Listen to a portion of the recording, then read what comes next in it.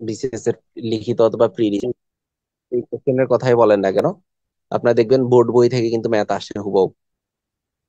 Specially 41, 43, 44, 45 সব BCS এই মানে বোর্ড বই থেকে হুবহু তুলে দিচ্ছে, তুলে দেয়, এরকম হয়েছে। তা আমার 43তম বিসিএস এ আমার লিখিততে এরকম হয়েছিল। লিখিততে ম্যাথ, আমি তো ওই সময় 9-10 এর ম্যাথ স্টুডেন্ট পড়াইতাম, মানে সায়েন্সের স্টুডেন্ট পড়াইতাম, 9-10 এর ইন্টারের স্টুডেন্ট পড়াইতাম, তো ওই অর্থে আমার 9-10 এর ম্যাথ, হায়ার ম্যাথ দুইটাই আমার ক্লিয়ার ছিল। এই সুবাদে আমার কি হয়েছিল, কোয়েশ্চেন যে 43-এর কোয়েশ্চেন, ম্যাথ কোয়েশ্চেন অনেকের কাছে অনেক কঠিন মনে হয়েছিল। আমার পরিচিত অনেক সায়েন্স ব্যাকগ্রাউন্ড স্টুডেন্ট, ওরাও 30-35-এর বেশি পাই নাই। কারণ হচ্ছে হয়তো ওদের প্র্যাকটিস ছিল না, চর্চা ছিল না, কিন্তু আমি ওই স্টুডেন্ট পড়ানোর কল্যাণে, টিউশন করানোর কল্যাণে, বোর্ড বইটা ক্লিয়ার থাকার কল্যাণে আমার ওখানে আমি সবগুলা ম্যাথ ক্লিয়ার, মানে সঠিক করতে পেরেছিলাম। তো তারপরেও ওখানে দুইটা ম্যাথে ভুল ছিল, ভুল ছিল বলতে প্রিন্টিং মিস্টেক হইতে পারে। তো আমার ওই বোর্ড বই সম্পর্কে এত ক্লিয়ার ধারণা থাকার কারণে ওই প্রশ্নটা যে ভুল ছিল ওইটা আমি কোয়েশ্চেন তোলার পরেই শুরু করার আগে বুঝে গেছিলাম যে হ্যাঁ এখানে। তো আপনার বোর্ড বই নিয়ে যদি এরকম ক্লিয়ার ধারণা থাকে তাহলে আপনি এই এক্সট্রা বেনিফিটটা পাবেন। আর ম্যাথের আরেকটা বিষয়, মানে এটা করতেই হবে, আপনি বিসিএস প্রিলি এবং লিখিত দুইটার জন্যই বোর্ড বই দুটো আপনার একদম ক্লিয়ার থাকতে হবে। এখন আপনি যদি সায়েন্স ব্যাকগ্রাউন্ড হন, সায়েন্স ব্যাকগ্রাউন্ড হইলেও রেগুলার করতে হবে এই দুইটা। হয়তো অনেকদিন আগে করছেন, এখন যদি টিউশন না করেন আপনার রেগুলার এটা করে রাখতে হবে। আর যদি অন্য ব্যাকগ্রাউন্ড হন, তাহলে বাজারের অন্য গাইড থেকে করার আগে, অন্য কিছু যাই করেন না করেন, আগে হচ্ছে বোর্ড বই থেকে ম্যাথ এই দুইটা ক্লিয়ার করে নিতে হবে আপনার। মানে ক্লাস 8-এর বই এবং 9-10-এর ম্যাথ, এবং হায়ার ম্যাথ পুরোটা লাগবে না, হায়ার ম্যাথের কিছু চ্যাপ্টার লাগবে।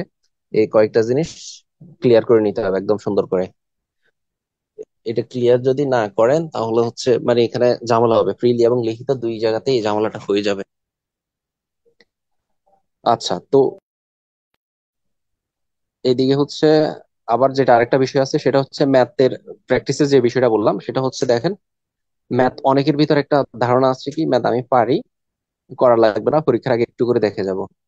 এটা করলে কয়েকটা জায়গায় অসুবিধা হবে। অসুবিধাটা কি হবে, এই যে আমি বললাম আমার 43তম বিসিএস এ লিখিত হতে ম্যাথে আমার অনেক সায়েন্স ব্যাকগ্রাউন্ডের বন্ধু বান্ধব 30-35 পাইছিল। এর কারণ হয়েছিল কি, ওরা ম্যাথ পারে, ম্যাথ পারতো, পারা সত্ত্বেও ওই চর্চা না থাকার কারণে, রেগুলার না করার কারণে পরীক্ষার হলে গিয়ে মিলাতে পারেনি, বা মানে সময় বেশি লাগছিল, বা অনেকদিন চর্চা না থাকার কারণে দুই একটা মিলাইতে পারে না, ঝামেলা হয়ে গেছিল। তো এই জিনিসটা যদি আপনি না কাটাতে চান, মানে যে না ফেস করতে চান, তাহলে হচ্ছে আপনার ম্যাথ রেগুলার করতে হবে। করলে আপনি কয়েকটা জায়গায় বেনিফিট পাবেন। কিরকম, দেখেন আপনার যে ম্যাথ আপনি পরীক্ষার হলে বসে বসে করলে এটা আপনার মিলবে, 10 মিনিট আপনি একটা ম্যাথ করতে পারবেন। কিন্তু ওই ম্যাথ যদি আপনার নিয়মিত চর্চা থাকে তাহলে এটা আপনি 5-7 মিনিটে করতে পারবেন। এই যে আপনার 3-4 মিনিট করে সেভ হচ্ছে, এই সেভটা হচ্ছে, এই সেভের সময়টা আরেকটা কঠিন ম্যাথে আপনি দিতে পারবেন, বা আপনি পরে রিভিশন দিতে পারবেন, রিভাইজ করতে পারবেন, কোথাও ভুল হইলে ওটা খুঁজে বের করতে পারবেন, আপনার স্ট্রাগল করা লাগবে না। সেই প্রিলিতে যে 15 নাম্বার থাকবে, প্রিলিতে ওই 15 নাম্বারের জন্য ম্যাথ গুলা যদি আপনার রেগুলার করা থাকে, 15 নাম্বারের ম্যাথ 15টা করার জন্য আপনার 20-25 মিনিটের বেশি লাগবে না, বা 20-22 মিনিটের বেশি লাগবে না। কিন্তু ওই সেম ম্যাথই যদি আপনার রেগুলার যদি প্র্যাকটিস, মানে আপনি পারেন ভেবে বা পরীক্ষার হলে মিলাবেন ওই ভেবে যদি আপনি রেখে দেন, না করেন, তাহলে হচ্ছে দেখবেন সেম এই ম্যাথই করতে হবে ওখানে আধা ঘন্টা 40 মিনিট লেগে যাবে, আরো বেশিও লাগতে পারে। তো এই যে এই ছোট ছোট এই জায়গাগুলোতে এগিয়ে থাকার জন্য ম্যাথ রেগুলার রাখতে হবে, একদম রেগুলার, মানে পড়ার রুটিন রেগুলার ম্যাথ রাখতে হবে, চর্চা করতে হবে নিয়মিত। তো নিয়মিত চর্চা করার জন্য যেটা আমি শুরুতেই বললাম সেটা হচ্ছে, নিজে নিজে তো করবেন, এই বাসায় পড়ার রুটিন 1-2 ঘন্টা করে রাখবেন। তো এছাড়াও আপনারা যদি এটাতে আগ্রহী হন আমাদের, তাহলে হচ্ছে আমরা রেগুলার এটা হোমওয়ার্ক দিতে পারবো। এই যে ক্লাস 8-এ ধরেন শতকরা সুদ আসলে যে চ্যাপ্টার কথা বললাম, আমরা বলবো যে এই চ্যাপ্টারের এই থেকে এতটুকু আপনারা এই 2 দিন বা এই 3 দিন বা এই সপ্তাহে এই 2-3টা চ্যাপ্টারের এই এই ম্যাথ গুলো এগুলো করবেন, করে আমাদের এখানে সাবমিট করবেন। সাবমিট করবেন, করতে গিয়ে হয়তো এখন বাসা নিজে নিজে হয়তো সবকিছু বুঝবেন না, না বুঝলে কোথাও যদি কোনো একটা ম্যাথে যদি আটকাই যান, বা ক্যালকুলেশনটা না বুঝেন এখানে কি হয়েছে, অথবা ইকুয়েশনটা কিভাবে ফর্ম করছে, এটা যদি আপনি কোনো কারণে না বুঝতে পারেন, এটা আমাদের গ্রুপে দিলে আমাদের 3 মেন্টরের যিনি আছেন ওইটা ইনস্ট্যান্ট এখানে সমাধান পেয়ে যাবেন। তো এইভাবে এই জিনিসগুলো কন্টিনিউ করতে পারেন। আর আজকের যে টপিকটা আছে তো ওই জন্য বললাম যে ম্যাথের আমাদের যে জিনিসটা আছে এটা আমরা চাইলেও এইভাবে ধরেন 8-10টা ম্যাথ দিয়ে ম্যাথটা ক্লিয়ার হবে না বা শেষ করা যাবে না। তো এটা মূলত করতে হবে আর কি বাসায় আপনাকে, এভাবেই করবো আর কি। তবু আজকে প্রথম ক্লাসে ম্যাথের যে টপিকটা আছে এটা নিয়ে যদি একটু আলোচনা করি, কিরকম কোশ্চেন আসে বা কিরকম আসবে কি বিষয়। তাহলে দেখেন আমাদের প্রথম ক্লাস যেটা এখানে ম্যাথের, সেটা হচ্ছে এখানে বাস্তব সংখ্যা আছে। এখন দেখেন এই যে এখানে একটা তথ্য আছে, এখান থেকে মূলত কোশ্চেন গুলো কিরকম হবে, একটা ওই যে মৌলিক সংখ্যা নিয়ে আলোচনা আছে, আমি যদি মার্ক করি, এই যে মৌলিক সংখ্যা নিয়ে আলোচনা আছে, মূলদ অমূলদ নিয়ে আলোচনা আছে, তারপর হচ্ছে ভগ্নাংশ নিয়ে কিছু আলোচনা আছে, এই যেখানে দেখেন মার্ক করা আছে ভগ্নাংশ নিয়ে কিছু আলোচনা আছে। তো এখান থেকে প্রিলিতে কোশ্চেন হয়, প্রিলিতে কোশ্চেন যে হয় মজার কথা হচ্ছে এই কোয়েশ্চেনটা ম্যাথও আসতে পারে, এই কোয়েশ্চেনটা আপনার মেন্টাল অ্যাবিলিটি তো আসতে পারে। এই অংশটা ওই দুই জায়গার জন্যই সেম ইম্পর্টেন্ট। আপনার এই ম্যাথ গুলা মূলত অমূলত বলেন, মৌলিক সংখ্যা বলেন, অথবা এই ভগ্নাংশের ম্যাথ গুলা ম্যাথের ওখানেও দিতে পারে, অথবা মানসিক দক্ষতা হয় যে এক দুইটা ম্যাথ আসে ওখানে এখানে দিয়ে দিতে পারে। তো এই জন্য এই অংশটা ওই দুই জায়গার জন্যই ভালো করে শিখে রাখতে হবে। এই দুই অংশের জন্য আপনার যদি কনসেপ্ট ক্লিয়ার থাকে, আপনি এই দুই জায়গায় এগিয়ে থাকতে পারবেন। আর মানসিক দক্ষতা তো আমরা জানি ম্যাথে হয়তো এই যে এখানে যে ছোটখাটো যেগুলো আছে, কোনটা মূলের সংখ্যা কোনটা মূলের সংখ্যা, এরকম হয়তো লিখিততে আসবে না, কিন্তু সেম এই কোয়েশ্চেন গুলা লিখিততে যে মানসিক দক্ষতার 50 নাম্বার আসে, ওখানে কিন্তু এরকম এক দুইটা ম্যাথ আপনি পাবেন, দুই তিনটা ম্যাথ আপনি পাইতে পারবেন, কোন ভগ্নাংশটা ছোট কোন ভগ্নাংশটা বড়। তাহলে এই চ্যাপ্টারটা কয় জায়গায় গুরুত্বপূর্ণ আপনি দেখেন, এই যে টপিকটা আপনার প্রিলির জন্য, প্রিলির গণিত, প্রিলির মানসিক দক্ষতার জন্য যেরকম গুরুত্বপূর্ণ, লিখিতর মানসিক দক্ষতার জন্য একই রকম গুরুত্বপূর্ণ। তো এই কনসেপ্ট গুলো একদম ক্লিয়ার রাখতে হবে। মৌলিক সংখ্যা থেকে কোয়েশ্চেন কিরকম হতে পারে, অনেক রকম হতে পারে। নিচের কোনটা মৌলিক সংখ্যা নয়, এরকম একটা দিয়ে তিনটা মৌলিক সংখ্যা দিবে, আরেকটা দিবে যে মৌলিক সংখ্যা নয়, এরকম আর কি। তো এটা বুঝতে হবে মৌলিক সংখ্যা কাকে বলে, বা মৌলিক সংখ্যা নয় কোনটা। অথবা অনেক সময় এরকম আসে, তো এগুলো আমরা জানি মৌলিক সংখ্যা কোনটা নয়, যেটা হচ্ছে এক থেকে বড় যে সকল সংখ্যা শুরু সেই সংখ্যা এবং এক দ্বারা নিঃশেষে বিভাজ্য, সেই সংখ্যা এবং এক দ্বারা নিঃশেষে বিভাজ্য ওগুলাকে মৌলিক সংখ্যা বলে। এখানে একটা কথা আছে দেখেন, এক থেকে বড়, তার মানে আমরা ক্লিয়ারলি বুঝতেছি এক মৌলিক সংখ্যা হবে না, মৌলিক সংখ্যা হইতে হবে এক থেকে বড় গুলা, এবং ওই সংখ্যাটা সেই সংখ্যা এবং এক দ্বারা নিঃশেষে বিভাজ্য। আর তো যেটা আমরা বলতে পারবো দুই, যেটা আছে দুইটা আমরা বলতে পারবো মৌলিক সংখ্যা। তো এরকম একটা কোয়েশ্চেন এখান থেকে হয়, সর্বনিম্ন মৌলিক সংখ্যা কোনটা, এই জায়গায় আমরা অনেকে ভুল করে ফেলি। সর্বনিম্ন মৌলিক সংখ্যা এক নয়, সর্বনিম্ন মৌলিক সংখ্যা হচ্ছে দুই। মানে এক মৌলিক সংখ্যা নয়, কারণ এখানে বলে দিচ্ছে মৌলিক সংখ্যার সংখ্যা সংজ্ঞাতে এক থেকে বড় যে সকল সংখ্যা শুধু সেই সংখ্যা এবং এক দ্বারা নিঃশেষে বিভাজ্য। তো এরকম এখান থেকে কিছু কোশ্চেন হতে পারে। আবার কিছু কোশ্চেন হবে দেখেন, 1 থেকে 10 পর্যন্ত মৌলিক সংখ্যা কতটি আছে, এরকমও কোশ্চেন হতে পারে। এগুলো হয়তো আসলে আপনারা যখন এই প্র্যাকটিস করতে যাবেন এমসিকিউ, দেখবেন যে কোনো না কোনো পরীক্ষায় এই জাতীয় কোশ্চেন হয়েছে বা সামনেও হইতে পারে এরকম, 31 থেকে 40 পর্যন্ত মৌলিক সংখ্যা কতটি আছে এরকম। তো এগুলা এখন যদি আপনি এগুলা যদি মুখস্থ না করে, মুখস্থ বলতে কি মানে যদি আইডিয়া, মৌলিক সংখ্যাটা আপনি এই যে বুঝতে পারেন, চিনতে পারেন, তখন আপনি 1 থেকে 10 পর্যন্ত এগুলা খুঁজে খুঁজে আপনি বের করে বলতে পারবেন। মানে আপনি হিসাব করবেন, দুই মৌলিক সংখ্যা, তিন মৌলিক সংখ্যা, চার মৌলিক সংখ্যা নয় কারণ চার হচ্ছে দুই দ্বারা বিভাজ্য, তারপরে পাঁচ আবার মৌলিক সংখ্যা, ছয় আবার মৌলিক সংখ্যা না, এভাবে হিসাব করে আপনি খুঁজে বের করতে পারবেন কয়টা। তো এই জায়গায় এভাবে খুঁজে না বের করে অনেক সময় আমরা ওই কিছু টেকনিকের দ্বারা মনে রাখি। এই যে এখানে যে সংখ্যাগুলো আছে এগুলা মানে একদম অনেকে মোবাইল নাম্বারের মতো মনে রাখে, এই যে নিচে টেকনিক কথা বলছে 1 থেকে 100 পর্যন্ত যে 25টা মৌলিক সংখ্যা আছে, এই কোয়েশ্চেনটা এরকম হইতে পারে, 1 থেকে 100 পর্যন্ত মৌলিক সংখ্যা কয়টা আছে, এরকম মতো কোয়েশ্চেন হইতে পারে। তো এখন এই যে 25টি আছে, এই সংখ্যাটা যদি আপনি মুখস্থ না রাখেন আর যদি পরীক্ষার হলে খুঁজে খুঁজে বের করতে বসেন 1 থেকে 100 পর্যন্ত কয়টা আছে, তাহলে তো আপনার সময় শেষ হয়ে যাবে, আপনি মিলাতে পারবেন না। তো তার সাথে এই জিনিসগুলো একটু মুখস্থ রাখতে হয়। কেউ বলে না যে গণিত মুখস্থ করতে হবে, গণিত বুঝে করতে হয়, কিন্তু গণিত বুঝে করবেন ঠিক আছে, কিন্তু বুঝে করতে গেলে আপনি সময় নিতে পারবেন না এই অংশের জন্য। তো এই জন্য কিছু জায়গায় মুখস্থ করতে হয়, এগুলো মুখস্থ করতে হবে। তো কয়টা আছে এটার জন্য অনেকে টেলিফোন নাম্বারের জন্য মনে রাখে, আপনি এভাবে মনে রাখতে পারবেন, এই যে 7 7 2 2 3 2 2 3 2 1 এভাবে। অথবা আমি যেভাবে মনে রাখতাম সেটা হচ্ছে দেখেন, DD BBC BBC BA, DD BBC BBC BA, D মানে চার, ডি মানে চার, বি মানে দুই, বি মানে দুই, ওই যে বি হচ্ছে 2 নাম্বার লেটার। তারপরে এই যে ডিডি বিবিসি বিবিসি বিএ, আপনি এইভাবে মনে রাখতে পারবেন। মানে 1 থেকে 100 পর্যন্ত মৌলিক সংখ্যা কয়টা আছে এইভাবে, অথবা টেলিফোন আকারে আপনি এটা মনে রাখতে পারেন। আবার কোশ্চেন একটা এরকম হইতে পারে, 1 থেকে 100 পর্যন্ত মৌলিক সংখ্যার যোগফল কত। তো এই যে এটা এখন যোগফল যদি আপনি মুখস্থ রাখেন, তাহলে আর পরীক্ষার হলে বসে বসে করা লাগবে না। এই জন্য এই যে তথ্যগুলো মনে রাখার, এগুলা মুখস্থ করে রাখলে সুবিধা হয়। এই যে এখানে দুই ক্ষুদ্রতম একমাত্র জোড় মৌলিক সংখ্যা, একমাত্র জোড় মৌলিক সংখ্যা দুই, আপনি আর কোনো জোড় সংখ্যা পাবেন না যেটা মৌলিক সংখ্যা হিসেবে কাউন্ট হবে। কারণ বাকি সব জোড় সংখ্যা যতগুলো আছে সব কোনো না কোনো সংখ্যা দ্বারা বিভাজ্য, তো বিভাজ্য হলে তো মৌলিক সংখ্যা হবে না। তাহলে মৌলিক সংখ্যা থেকে এই জাতীয় কোয়েশ্চেন। মূলদ সংখ্যাটা একটু গুরুত্বপূর্ণ, মূলদ মূলদ সংখ্যা থেকে লিখিততে একটা কোশ্চেন হইতে পারে। সেটা হচ্ছে দেখেন এখানে আমরা একটা কথা আছে দেখেন, মূলদ সংখ্যা অমূলদ সংখ্যার আগে আপনার জিনিসটা বুঝতে হবে, মূলদ সংখ্যা কোনগুলো অমূলদ সংখ্যা কোনগুলা। সিম্পল জিনিস যেগুলাকে আপনি ভগ্নাংশ এবং মানে দুটা পূর্ণ সংখ্যার অনুপাত, যেগুলাকে আপনি আপনি এভাবে সরাসরি ভগ্নাংশ আকারে প্রকাশ করতে পারেন, ওগুলা হচ্ছে মূলদ সংখ্যা। আর অমূলদ সংখ্যাকে এভাবে করা যাবে না। এবং অমূলদ সংখ্যা যেগুলো আছে এগুলা যদি দশমিক সংখ্যা হয়, সেগুলো হচ্ছে এরকম অসীমিক দশমিক হবে, মানে অসীম পর্যন্ত এভাবে চলতে থাকবে।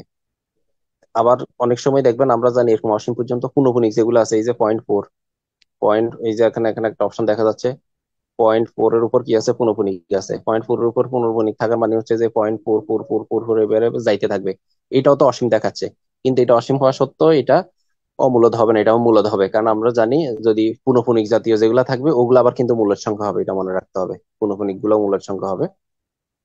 কিন্তু যদি অমূলদ, যেরকম অসীম, যদি অসীম ভাবে যদি যেগুলো চলতে থাকবে সেগুলো হচ্ছে অমূলদ সংখ্যা। তো আবার কিছু জিনিস আছে, এই যে পাই, আবার আরেকটা আছে এগুলোকে আমরা অমূলদ সংখ্যা হিসেবে ধরে রাখবো।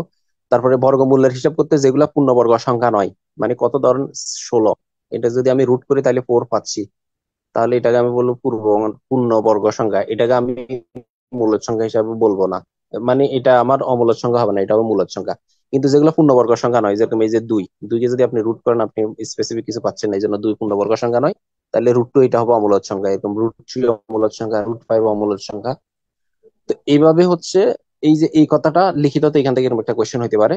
কোয়েশ্চেনটা যেটা আমরা যেটা বললাম ক্লাস 8 9 10 এর বইতে যদি দেখেন, এই চ্যাপ্টারে ওখানে এরকম একটা কোয়েশ্চেন আসে, প্রমাণ করেন √3 অমূলদ সংখ্যা। তো এটা লিখিত তো হয়তো যে কোনো সময় দিয়ে দিতে পারে। তো এটা লিখিত কোয়েশ্চেনের জন্য এটা একটু রেডি করে রাখবেন, √3 যে অমূলদ সংখ্যা। আর প্রিলির জন্য কিরকম রাখবে, প্রিলির জন্য আপনার এই যে কোয়েশ্চেন এরকম আসবে, 40 বিসিএস এর একটা কোয়েশ্চেন এখানে অলরেডি,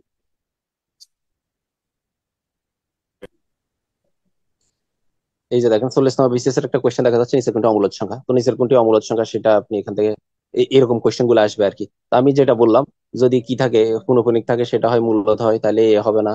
পূর্ণবর্গ সংখ্যা যেটা সেটা মূলদ হবে। এই যে √9 কে রুট করলে 3 হচ্ছে, তাহলে এটা একটা মূলদ সংখ্যা হবে। পরের সি অপশন যেটা আছে সেটা হচ্ছে কি, সেটা হচ্ছে মানে পুনঃপুনিক সংখ্যা, এটা মূলদ সংখ্যা হবে।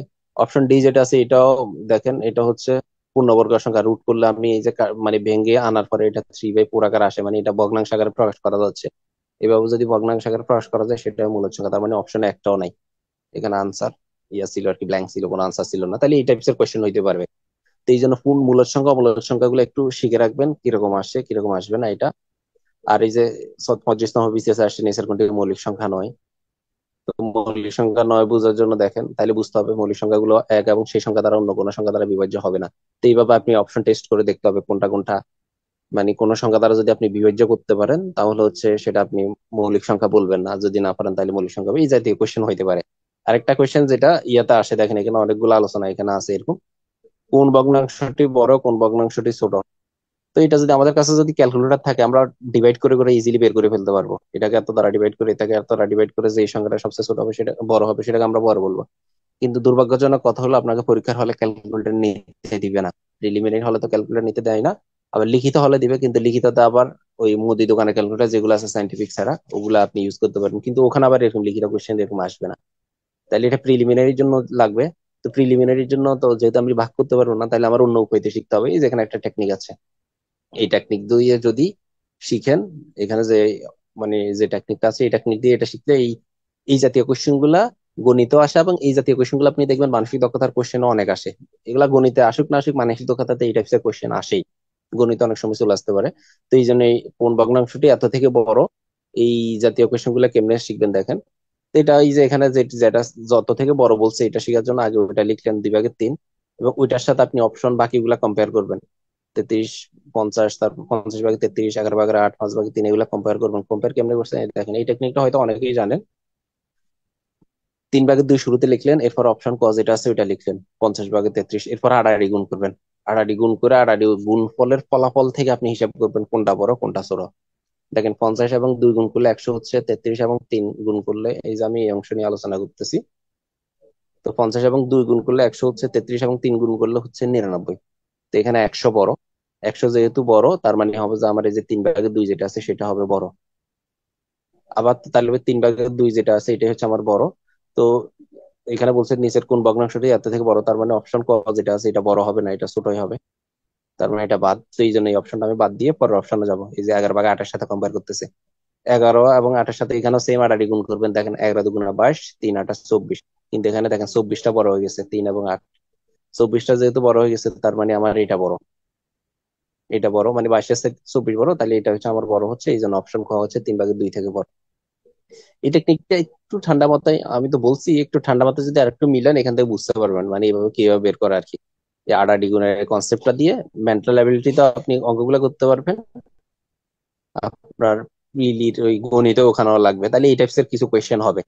তাহলে মৌলিক সংখ্যা, মূলত অমূলদ সংখ্যা এগুলো শিখে রাখতে হবে। এখানে লিখিততে √3 যে একটা অমূলদ সংখ্যা অথবা √5 যে একটা অমূলদ সংখ্যা, এই টাইপসের কোশ্চেন গুলো শিখে রাখবেন। তারপরে হচ্ছে ও আরেকটা একটা জিনিস বলি, সেটা হচ্ছে কিছু জিনিস আছে এই যে এখানে বাস্তব সংখ্যাকে আর দ্বারা প্রকাশ করা হয়। আপনারা একটু বোর্ড বইতে গিয়ে দেখবেন ওই স্বাভাবিক সংখ্যা যেগুলো আছে ওগুলাকে আবার এন দ্বারা প্রকাশ করা হয়, ন্যাচারাল নাম্বার। তারপর হচ্ছে বাস্তব সংখ্যাকে আর দ্বারা প্রকাশ করা হয়। এই যে কোনটাকে কি দ্বারা প্রকাশ করা হয়, এরকম সংখ্যার একটু শ্রেণী বিভাগ আছে, বোর্ড বইতে আছে, এই বইতে হয়তো নাই। ওই জিনিসগুলো একটু শিখে রাখবেন। শিখে রাখলে কি সুবিধা হবে, লিখিততে অনেক সময় এই জিনিসগুলো লাগে। লিখিততে ওই যে আমার বীজগাণিতিক যে ইয়া টাইপস কিছু কোয়েশ্চেন, ওখান থেকে সেটের যে জিনিসগুলো আছে, ওখানে আপনার এরকম লাগবে, আপনাকে বরাবর বলে দিবে না এক্স এর ভ্যালুটা কিরকম হবে, সেটা বলে দিবে না। সেটা বলবে যে এক্স এলিমেন্ট আর, এরকম বলে দিবে, তখন আপনি বুঝে নিতে হবে।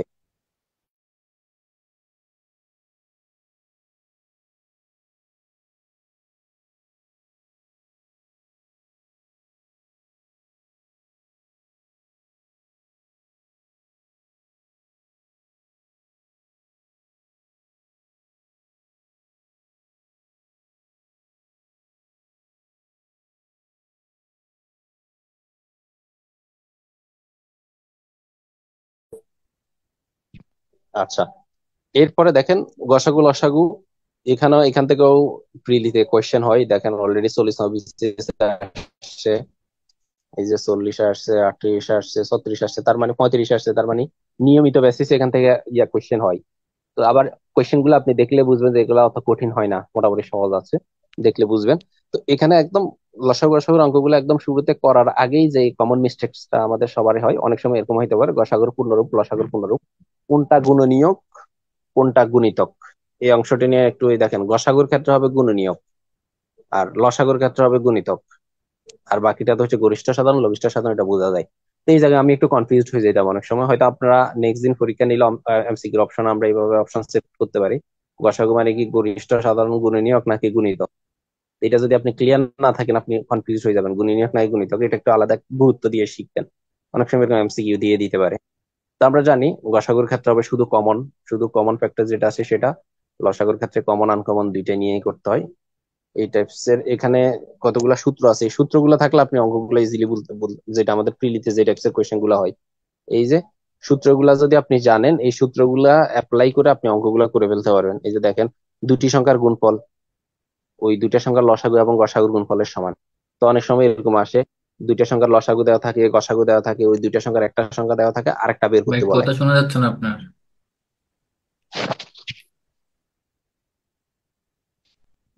কথা কি শোনা যাচ্ছে?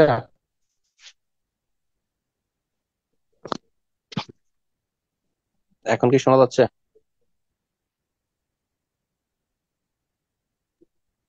শুনতে জি পাচ্ছি। শোনা যাচ্ছে। জি জি শোনা যাচ্ছে। আচ্ছা, ঠিক আছে। এটা তো এই এই টাইপসের অঙ্কগুলো করার জন্য এই সূত্রগুলো যদি আপনি মনে রাখেন, ইজিলি অঙ্কগুলো মানে করতে পারেন। এখানে দেখবেন বরাবর এরকমই আসবে সূত্রের যে ফরম্যাট গুলো আছে। এখন দেখেন, 1 নাম্বার সূত্রটা শিখলে আর 2 3 ওই সূত্রগুলো শিখা লাগবে না, বা 4 নাম্বার সূত্রটা শিখা লাগতেছে না। 1 নাম্বার শিখলে 2 3 নাম্বার ইয়া অত, মানে গণিত ক্লাসটা অত ইয়া না। এটা তো যেটা বললামই, এভাবে আসলে গণিত হয় না, এগুলা নিজে ধরে রেগুলার বেসিস করতে হবে। ওইটা শুরুতে অনেকক্ষণ ধরে বললাম, ওভাবেই করতে হবে বলতো আমরা হোমওয়ার্ক। আচ্ছা, তবু প্রথম ক্লাস গণিতের আলোচনা যে বিষয়টা একটু বলি, তাহলে বুঝতে পারছেন এক্স এর ভ্যালু বের করে ফেললাম, তাহলে এখন বৃহত্তম সংখ্যাটা আমরা ইজিলি বের করে ফেলতে পারবো। ওই জাস্ট বৃহত্তম সংখ্যা তাহলে 3x হবে, ওখানে এক্স এর ভ্যালুটা বসাইলে 12 বেরিয়ে যাচ্ছে। তারপর দুটি সংখ্যার গুণফল দেওয়া আছে, গসাগু দেওয়া আছে, লসাগু কত, এটা এই 36 হুবহু আপনি এখানে যে ফর্মুলা আছে ওখান থেকে বের করে ফেলতে পারেন। আমরা জানি দুটি সংখ্যার গুণফল হচ্ছে দুইটা লসাগু এবং গসাগু গুণফলের সমান। তো ওইটা দিয়ে আপনি একটি সংখ্যা দেওয়া আছে, আরেকটা সংখ্যা আপনি ইজিলি বের করে ফেলতে পারবেন এখান থেকে। এই টাইপস এর কোয়েশ্চেন গুলো এখান থেকে হবে। তার মানে বুঝতে পারছি, এটা বোঝার জন্য হচ্ছে এই ফর্মুলা যদি আপনি জানেন, এই ফর্মুলা জানলে তখন হচ্ছে যে ইজিলি বের করা, মানে বের করা যায়। তবে একটা জিনিস দেখেন, ভগ্নাংশের লসাগু গসাগু এই জায়গায় আমাদের অনেকের মানে একটা ভয় ভীতি কাজ করে, কনফিউজ হয়ে যায়, এটা করা যায় না। ধরেন এরকম 2 3টা দেওয়া আছে, 2 ভাগের 3, তারপরে হচ্ছে 4 ভাগের 5 ভাগের 4, এরকম দুইটা ভগ্নাংশ দেওয়া আছে। এখন এই দুইটা লসাগু বের করতে বললো, গসাগু বের করতে বললো, তখন আপনি কিভাবে বের করবেন? এটা কনফিউজ হয়ে যাবেন। তো এই জন্য সূত্র আছে দেখেন, গসাগু বের করার জন্য হচ্ছে হরগুলার লসাগু বের করতে হবে নিচে, আর লবগুলার গসাগু বের করতে হবে, তাহলে ভগ্নাংশের গসাগু বেরিয়ে যাবে। ভগ্নাংশের লসাগু বের করার জন্য হচ্ছে হরগুলার গসাগু বের করতে হবে, আর উপর হচ্ছে লবগুলার লসাগু বের করতে হবে, তাহলে ইজিলি বের হয়ে যাবে। সূত্রটা মনে রাখার জন্য সোজা কথা হচ্ছে যেটা বের করতে বলে সেটা লবের ক্ষেত্রে হবে সেটা। এই যে দেখেন ভগ্নাংশের গসাগু বের করতে বলছে, ওই জন্য লবের গসাগু বের করবো। এই যে ভগ্নাংশের লসাগু বের করতে বলছে, এই জন্য লবের লসাগু বের করতে বলবো। মানে টেকনিক মনে রাখার সূত্রটা, যেটা বের করতে বলবে ভগ্নাংশের ক্ষেত্রে সেটা হবে লবের জায়গায়, আর হর হবে তার উল্টাটা। ধরেন এখন যদি আমি এই দুইটা ভগ্নাংশের এই যে এই দুইটা ভগ্নাংশের কথা বললাম, এই দুইটা ভগ্নাংশের যদি আপনি গসাগু বের করতে বলি, তাহলে হচ্ছে লব হচ্ছে 2 এবং 4, এই 2 এবং 4-এর গসাগু বের করে এটা উপরে লিখবো। আর হরগুলা লসাগু মানে 3 এবং 5-এর লসাগু বের করে নিচে লিখবো। তাহলে এটাই হবে যা ভগ্নাংশের গসাগু বের করা বা ভগ্নাংশের লসাগু বের করার ওয়ে। এই যে সূত্রগুলা যখন জানবেন এখান থেকে ইজিলি করে ফেলতে পারবেন আর কি। তাহলে অনুপাত থেকে এরকম কোয়েশ্চেন হয়।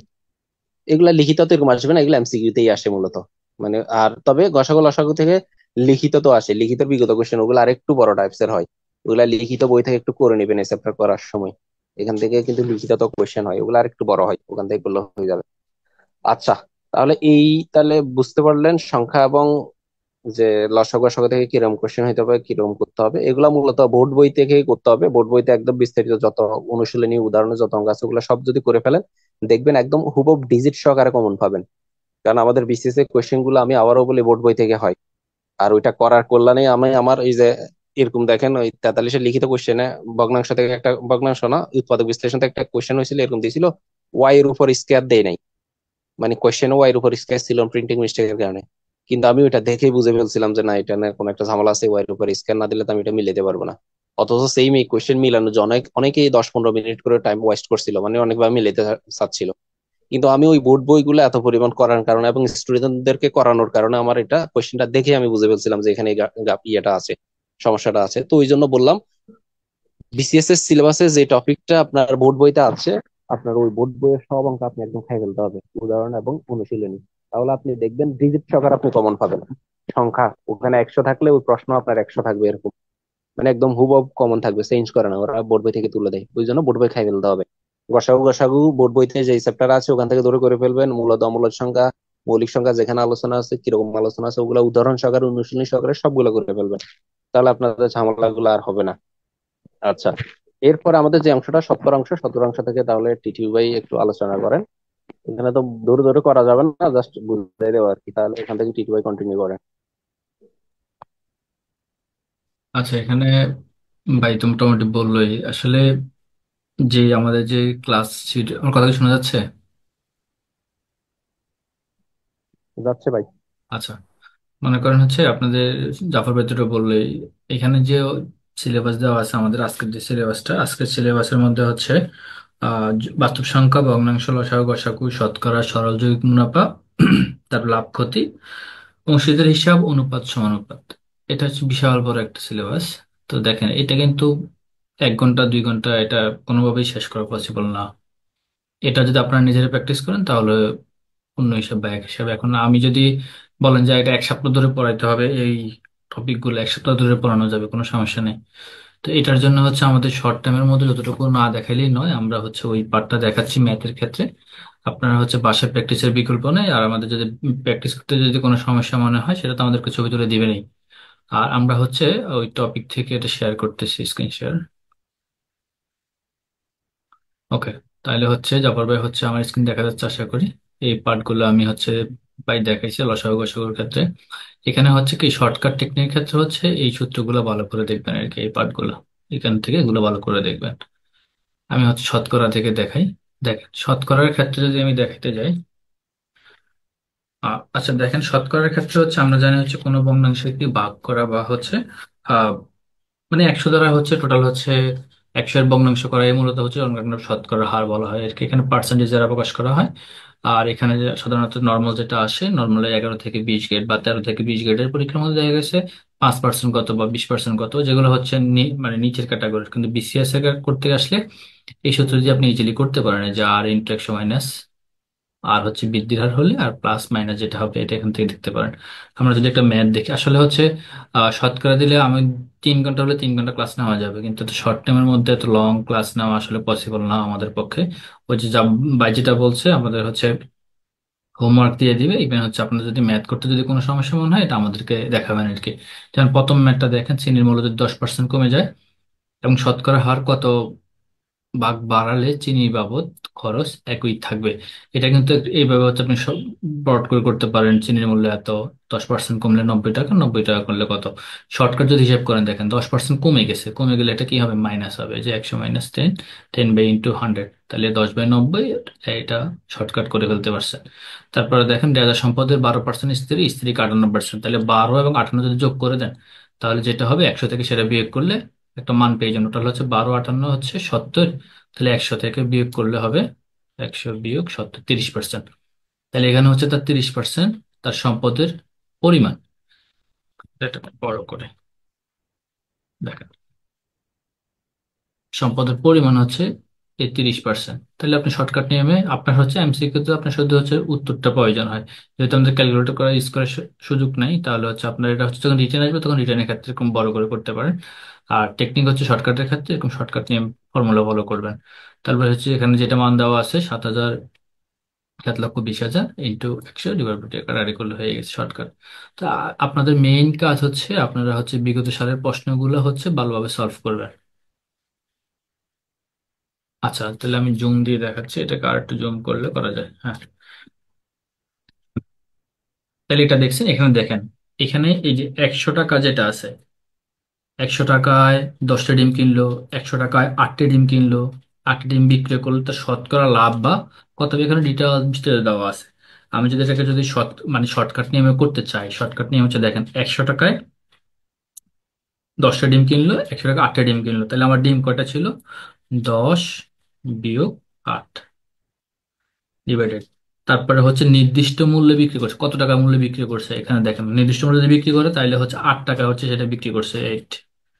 আর তারপরে হচ্ছে ইন্টু কত, 100, যেহেতু এটা শতকরা বের করবো, ইন্টু 100। তাইলে হচ্ছে এটা 2/8 ইন্টু 100।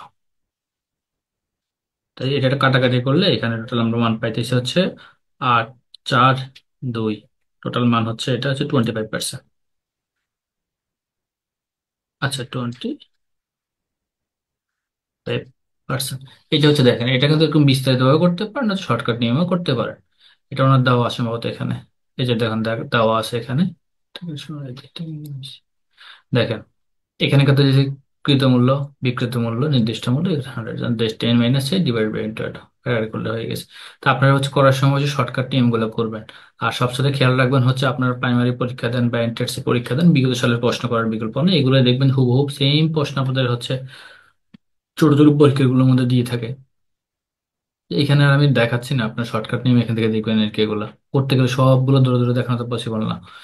আর এখানে দেখেন আমরা হচ্ছে নেক্সট সত্তরের ক্ষেত্রে হচ্ছে আপনারা যদি হয়, আপনারা ওই যে সায়েন্সের বই আছে অথবা হচ্ছে খায়রুল বেসিক ম্যাথ আছে, এখান থেকেও দেখতে পারেন।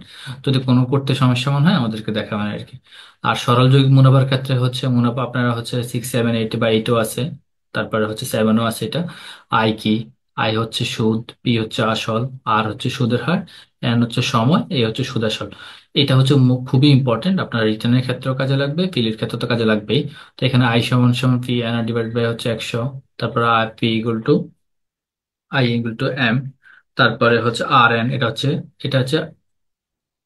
আর, আর এন, এটা এম না আর কি, আর এন = M। তারপরে আর ইন্টু 1/Pn × 100। তারপরে n = 1/PR। তারপরে এ কি, তাহলে সব করার সময় হচ্ছে চক্রবৃদ্ধি সুদের ক্ষেত্রে A = P1 + R, এটা হচ্ছে প্লাস, এটাও প্লাস, তাহলে 1 + R² মাইনাস হচ্ছে পি। তাহলে সূত্রগুলো হচ্ছে ভালো করে দেখবেন, যারা হচ্ছে একবার নতুন তাদের ক্ষেত্রে হচ্ছে সূত্রগুলো ভালো করে মুখস্থ করবেন। এখানে আর দ্বারা কি, পি দ্বারা কি, এন দ্বারা কি, এ দ্বারা কি বোঝাচ্ছে, এই জিনিসগুলো ইম্পর্টেন্ট। আর সরল মুনাফা যে হার এখানে হচ্ছে, শোনা যাচ্ছে কথা আশা করি, আমার টাইম বেশি নেই, আমরা নতুন একটা লিঙ্ক দিচ্ছি, আপনারা জি হচ্ছে জি, ওটাতে শোনা শেয়ার করুন। যাচ্ছে। হ্যাঁ, নতুন একটা লিঙ্ক দিচ্ছি, ওটাতে জয়েন দিবেন আর কি। আমার টাইমার হচ্ছে 1 মিনিট আছে, একটু পরে কেটে যাবে। তো সরল মুনাফার ক্ষেত্রে হচ্ছে আসল এবং মূলধনের উপর যে সুদ দেওয়া হয় সেটা হচ্ছে ওয়ান কাইন্ড অফ সরল মুনাফা বা সরল সুদ। তাহলে সরল মুনাফা আপনার আসল যেটা থাকবে, মনে করেন আসল আপনার আছে 5,000 টাকা, এটার উপরে যে সুদ দেওয়া থাকবে বা যে সুদ দিবে, বা 8% করে। আপনারা কি জানেন বর্তমান ব্যাংক রেট কত? এনিওয়ান? কেটে যাবে, লাইন কেটে যাবে, আমি নতুন লিঙ্কে জয়েন করতেছি। এনিওয়ান? ব্যাংক রেট হচ্ছে বর্তমান 4%। আচ্ছা, আমি হচ্ছে পরবর্তী ক্লাসে আমি এটা মানে পরবর্তী লিঙ্কে কথা বলতেছি, এটা আমি কেটে দিচ্ছি, স্টপ শেয়ার, স্টপ। আপনার হচ্ছে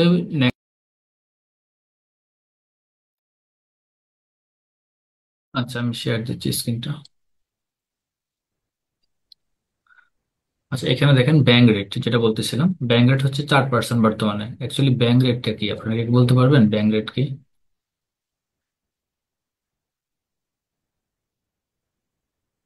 আচ্ছা, ব্যাংক রেটটা হচ্ছে সাধারণত এই যে কেন্দ্রীয় ব্যাংক থেকে অন্যান্য ব্যাংকগুলো যেই হারে সুদ বা ঋণ নিচ্ছে, সেটা হচ্ছে one kind of bank rate. মানে এই হারে সুদ দিতে হবে আর কি, 4% করে। এটা ওয়ান কাইন্ড অফ বর্তমান ব্যাংক রেট, 4%।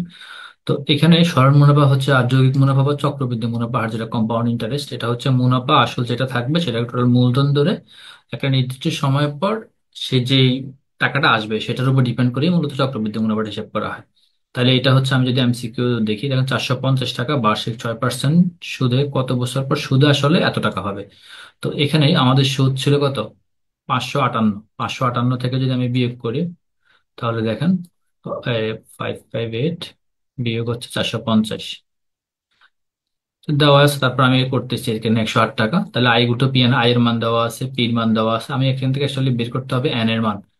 তাহলে এন দিয়ে তাহলে ওইটা ইজিলি করে ফেলতে পারেন। এখানে একটা জিনিস খেয়াল রাখবেন আপনারা যখন এটা করার সময়, এই এন সমান সমান হচ্ছে পি বাই পি আর, বা হচ্ছে N equal to P R. তারপরে হচ্ছে এইটা মানে ক্রস চেক করে যেভাবে করা যায় আর কি, এগুলো একটু করবেন আর কি, তাহলে হচ্ছে আপনাদের এটা বের করতে সুবিধা হবে। তো এখানের ক্ষেত্রে অনেকগুলো ম্যাথ আছে, আমি দেখাচ্ছি না, আপনারা বাসায় প্র্যাকটিস করবেন। চক্রবৃদ্ধি মুনাফার ক্ষেত্রেও সেম, এগুলো বাসায় প্র্যাকটিস করবেন আসলে। এই শর্ট টাইমে হচ্ছে যতটুকু বলা যায় আর কি, যতটুকু বলতেছি আপনাদেরকে, বাসায় সবগুলো আপনাদেরকেই প্র্যাকটিস করতে হবে। আর এখানে ক্ষেত্রে দেখেন অনুপাতের ক্ষেত্রে, অনুপাত বা সমানুপাতের ক্ষেত্রে যদি আমি বলি, অনুপাত সমানুপাত হচ্ছে আপনারা 80%, আমাদের যে হোমওয়ার্ক দিয়ে দিব আমরা চক্রবৃদ্ধি মুনাফার ক্ষেত্রে, আপনারা বাসায় প্র্যাকটিস করে যদি কোনো প্রবলেম মনে হয় এটা আমাদেরকে বলবেন আর কি। তো এখানের ক্ষেত্রে দেখেন যদি আমরা অনুপাত বা সমানুপাত বলি, অনুপাত হচ্ছে ওয়ান কাইন্ড অফ যে একটা এক ধরনের রাশি থাকবে যার সাথে তুলনা করতে হবে, মানে তুলনা করে একই এই কেমন এই কেমন, যেমন হচ্ছে আমরা অনুপাত যদি বলি বা আহ, যদি মিলাই আর কি, যেমন হচ্ছে বর্তমানে শেখ হাসিনা চেয়ে হচ্ছে ইউনূস সরকার কেমন, বা ইউনূস সরকারের তুলনায় শেখ হাসিনা সরকার কেমন ছিল, এই জিনিসগুলো হচ্ছে ওয়ান কাইন্ড অফ অনুবাদ করা বা তুলনা করা। তো এখানের ক্ষেত্রে তুলনা করতে গেলে আপনাদের অনেক ধরনের অনুপাত থাকবে, একটা সমতল অনুপাত থাকতে পারে, তারপর হচ্ছে সরল অনুপাত, লঘু অনুপাত, এগুলো কোনো পরীক্ষা আসবে না কিন্তু। বা হচ্ছে মিশ্র অনুপাত, ব্যস্ত অনুপাত সংখ্যা কখনোই আসবে না, জাস্ট আপনার বোঝার জন্য আর কি, বেসিক জিনিসটা দেখার জন্য। আপনি যখন ম্যাথ করতে যাবেন আপনাদের এই পার্টগুলো কাজে লাগবে। তাহলে অনুপাত কি সেটা আমি আর দেখাচ্ছি না। যেমন সমতল অনুপাত হচ্ছে কি, আপনার আহ, পূর্ব এবং উত্তর রাশি দ্বারা হচ্ছে শূন্য ব্যতীত যে সংখ্যা দ্বারা গুণ করলে সেই মানের পরিবর্তন হয় না, দেখেন 3 এবং 7। এখানে আপনি যদি 3 1 7 2 দ্বারা গুণ করেন, 3 2 গুণে 6 হয়েছে, 7 2 গুণে 14 হয়েছে। মানে সেম সেম রাশি দ্বারা যদি হচ্ছে আপনি গুণ দেন, সেম মান আসবে 6 এবং হচ্ছে 14। এটা যদি কাটাকাটি করেন আবার দেখেন, এখানে আছে 3, এখানে আছে 7, মানে কোনো পরিবর্তন হয় না আর কি।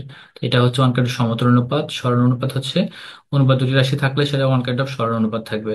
আর লঘু অনুপাত হচ্ছে পূর্ব রাশি ছোট হবে, উত্তর পূর্ব রাশির তুলনায় উত্তর রাশিটা কি হবে, ছোট হবে। যেমন 3 অনুপাত 5, এটা বিপরীত হচ্ছে গুরু অনুপাত 7 অনুপাত 5।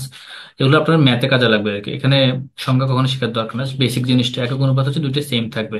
যেমন এখানে 1 1 দেওয়া আছে, মানে যদি 55 অনুপাত 55 হয়, তাহলে সেটা হচ্ছে ওয়ান কাইন্ড অফ একক অনুপাত আর কি, দুইটা সেম একই রকম থাকবে। ব্যস্ত অনুপাত হচ্ছে এই যে 7 9, এখানে 9টার জায়গায় 7 আসবে, 7 জায়গায় 9 আসবে, ওয়ান কাইন্ড অফ সেটা ব্যস্ত অনুপাত। মিশ্র অনুপাতও সেম। সমানুপাত হচ্ছে প্রথম রাশি ডিভাইডেড বাই দ্বিতীয় রাশি, তৃতীয় রাশি ডিভাইড বাই চতুর্থ রাশি। এখান থেকে রিডিং করে নেই, আপনার শিটগুলো দিয়ে দেওয়া হবে। যেমন এখানে একটা, যদি শর্টকাট একটা ম্যাথ দেখেন, এখানে দেওয়া আছে পনির ও তপনের অনুপাত যদি হিসাব করেন, দেখেন এখানে বিশাল একটা ম্যাথ। এখানে আমি যদি করি, এটা পনির ও তপন অনুপাত 4 অনুপাত 3, তপনের অনুপাত 5 অনুপাত 4, পনির আয় অনেক কথা লিখছে। তো আমি প্রথম যেটা হিসাব করি, পনির এবং তপন অনুপাত কত, 4 অনুপাত 3 দেওয়া আছে, দেখেন 4 অনুপাত 3 দেওয়া আছে। তাহলে আমি এখানে আবার তপন ও রবিন রায় অনুপাত করে দেওয়া আছে 5 অনুপাত 4। তাহলে দেখেন এখানে পনির এবং তপন 4 অনুপাত 3, আর এখানে তপন যেটা আছে তপন হচ্ছে তাহলে 5।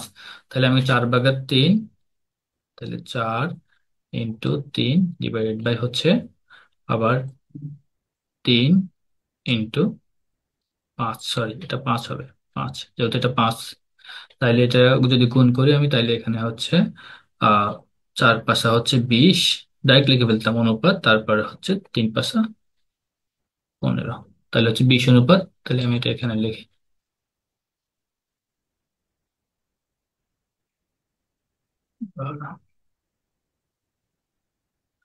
তাহলে এটা এটা এটা এই জায়গায় লিখতে চাই, এখানে এখানে দেখেন 20 অনুপাত, তো লিখতে সমস্যা হয় আর কি, যদি বোর্ড থাকতো তাহলে লেখা সুবিধা হইতো। তারপর হচ্ছে তপর এবং রবিনের সেম, তপর এবং রবিনের মধ্যে হচ্ছে 5 অনুপাত কত, 4 দেওয়া আছে। তাহলে রবিনেরটা আমরা জানি না, তাইলে এখানে রবিনের আয় কত মূলত বের করতে বলছে, তাহলে 5 অনুপাত, সেম দিলাম 5 অনুপাত 4। তাহলে দেখেন এখানে 5 আর এখানে হচ্ছে কত, 3। এখানে রবিনেরটা পনির এবং তপনের দেওয়া আছে, তপন ও রবিনের অনুপাত দেওয়া আছে, পনির এত যদি এত হয় তাহলে সেটার ক্ষেত্রে যদি আপনি হিসাব করেন অনুপাতের ক্ষেত্রে, এখানে মান যেটা দেওয়া আছে তপনের ক্ষেত্রে যে মান, এখানে 5/3, তাহলে 4 5 20 যদি হয় তাহলে এখানে 5/3, আর এটা হচ্ছে 3। যেহেতু তপনেরটা এখানে দেওয়া আছে, যে তপনের মানটা, তপন এবং তপনের হচ্ছে 3, তো এটার ক্ষেত্রেও সেম, এটা গুণ 3 5 কত, 15, অনুপাত 3 3 কত, 9। তাহলে এটার ক্ষেত্রে ইজিলি এটা করতে পারেন। তাহলে একটা ছিল হচ্ছে 20 অনুপাত 15, আর একটা হচ্ছে 16 অনুপাত 9। তারপর কাটাকাটি করলে অ্যাকচুয়ালি যে মানগুলা টোটাল পনির তপনের, যে আমি এটা এখানে দেখাই, পনির বা তপনের টোটাল যে মানটা আছে এটা হচ্ছে 20 অনুপাত 15 অনুপাত 12। এটা প্রথমটা হচ্ছে, যদি আমি হিসাব করি, প্রথমটা হচ্ছে পনির অনুপাত, তারপরটা হচ্ছে তপন, তারপরটা হচ্ছে রবিন। তাহলে পনিরের হচ্ছে 20, তপনের হচ্ছে 15, আর রবিনের হচ্ছে 12। তাহলে এখানে আমাকে অ্যাকচুয়ালি কার মান বের করতে বলছে, কারণ হচ্ছে পনিরের আয় 120 টাকা হলে রবিনের আয়টা বের করতে বলছে, তাহলে আমার এখানে সবগুলো মান দেওয়া আছে। তাহলে আমি যদি পনির এবং রবিন হিসাব করি, P/R, তাহলে সমান সমান হচ্ছে 20/12। সাদা একটা পেজ হলে ভালো হতো। 20/12, তাহলে যদি হিসাব করেন তাহলে হচ্ছে রবিনের আয়, তাহলে এখানে 8টা যদি এখানে চলে আসে, আর সমান সমান 120 ইন্টু, তারপরে হচ্ছে 12 ডিভাইড বাই হচ্ছে 20। এখানে এই 20টা এখান থেকে নিয়ে এলাম আর কি। তাহলে হচ্ছে টোটাল কাটাকাটি করলে এখানে মান আসবে হচ্ছে আহ 0 0 কাটা 6, তাহলে 6 12 72। তাহলে রবিনের আয় হচ্ছে 72 টাকা। তাহলে আসলে এভাবে পার্ট বাই পার্ট ধরে ধরে, এটা তো আপনারা বুঝছেন কিনা আমি জানি না, তবে যদি করতে গিয়ে সমস্যা মনে হয় এটা আমাদেরকে বলবেন আর কি, আমরা হেল্প করে আপনাদের এটা করার দেখানোর জন্য। তো আপনারা হচ্ছে বাসায় প্র্যাকটিস করতে হবে, এটা হচ্ছে মূল কথা। আর শর্টকাটে যতটুকু বোঝানোর চেষ্টা করছি করার জন্য এটা আপনাদেরকে দেখাইলাম, এগুলো হচ্ছে বাসায় প্র্যাকটিস করবেন। আর দ্বিতীয় কথা হচ্ছে, তারপরে যে এখানে যে মানগুলো আছে, এখানে অনেক ম্যাথ আছে, ম্যাথ যদি করতে মনে হয় সমস্যা মনে হয় এটা আমাদেরকে বলবেন আর কি। যেমন এখানে যে এটা ওই যে জাফর ভাই দেখাইছে যে অন্যান্য গুরুত্বপূর্ণ সময় পাটিগণিত, এটা হচ্ছে বাস্তব সংখ্যার ম্যাথ, 3 হলে কি হয়, 7 মান কত, 40 BCS, তারপরে হচ্ছে 34 BCS এর প্রশ্ন, 20 ফুট লম্বা একটি কতটুকু আছে টোটাল, এখান থেকে দেখবেন আর কি, শীটটা আপনাদেরকে দিয়ে দিব, এখান থেকে বাসায় প্র্যাকটিস করবেন। লাভ ক্ষতির যেটা, এটা হচ্ছে সাফি ভাই দেখাই দিবে আপনাদেরকে। এখন সাফি ভাই আছেন না?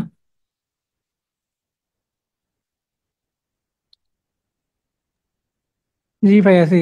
তাহলে আপনি পিডিএফটা আমাকে দিন তো। হ্যাঁ। পিডিএফটা আমাকে দেন।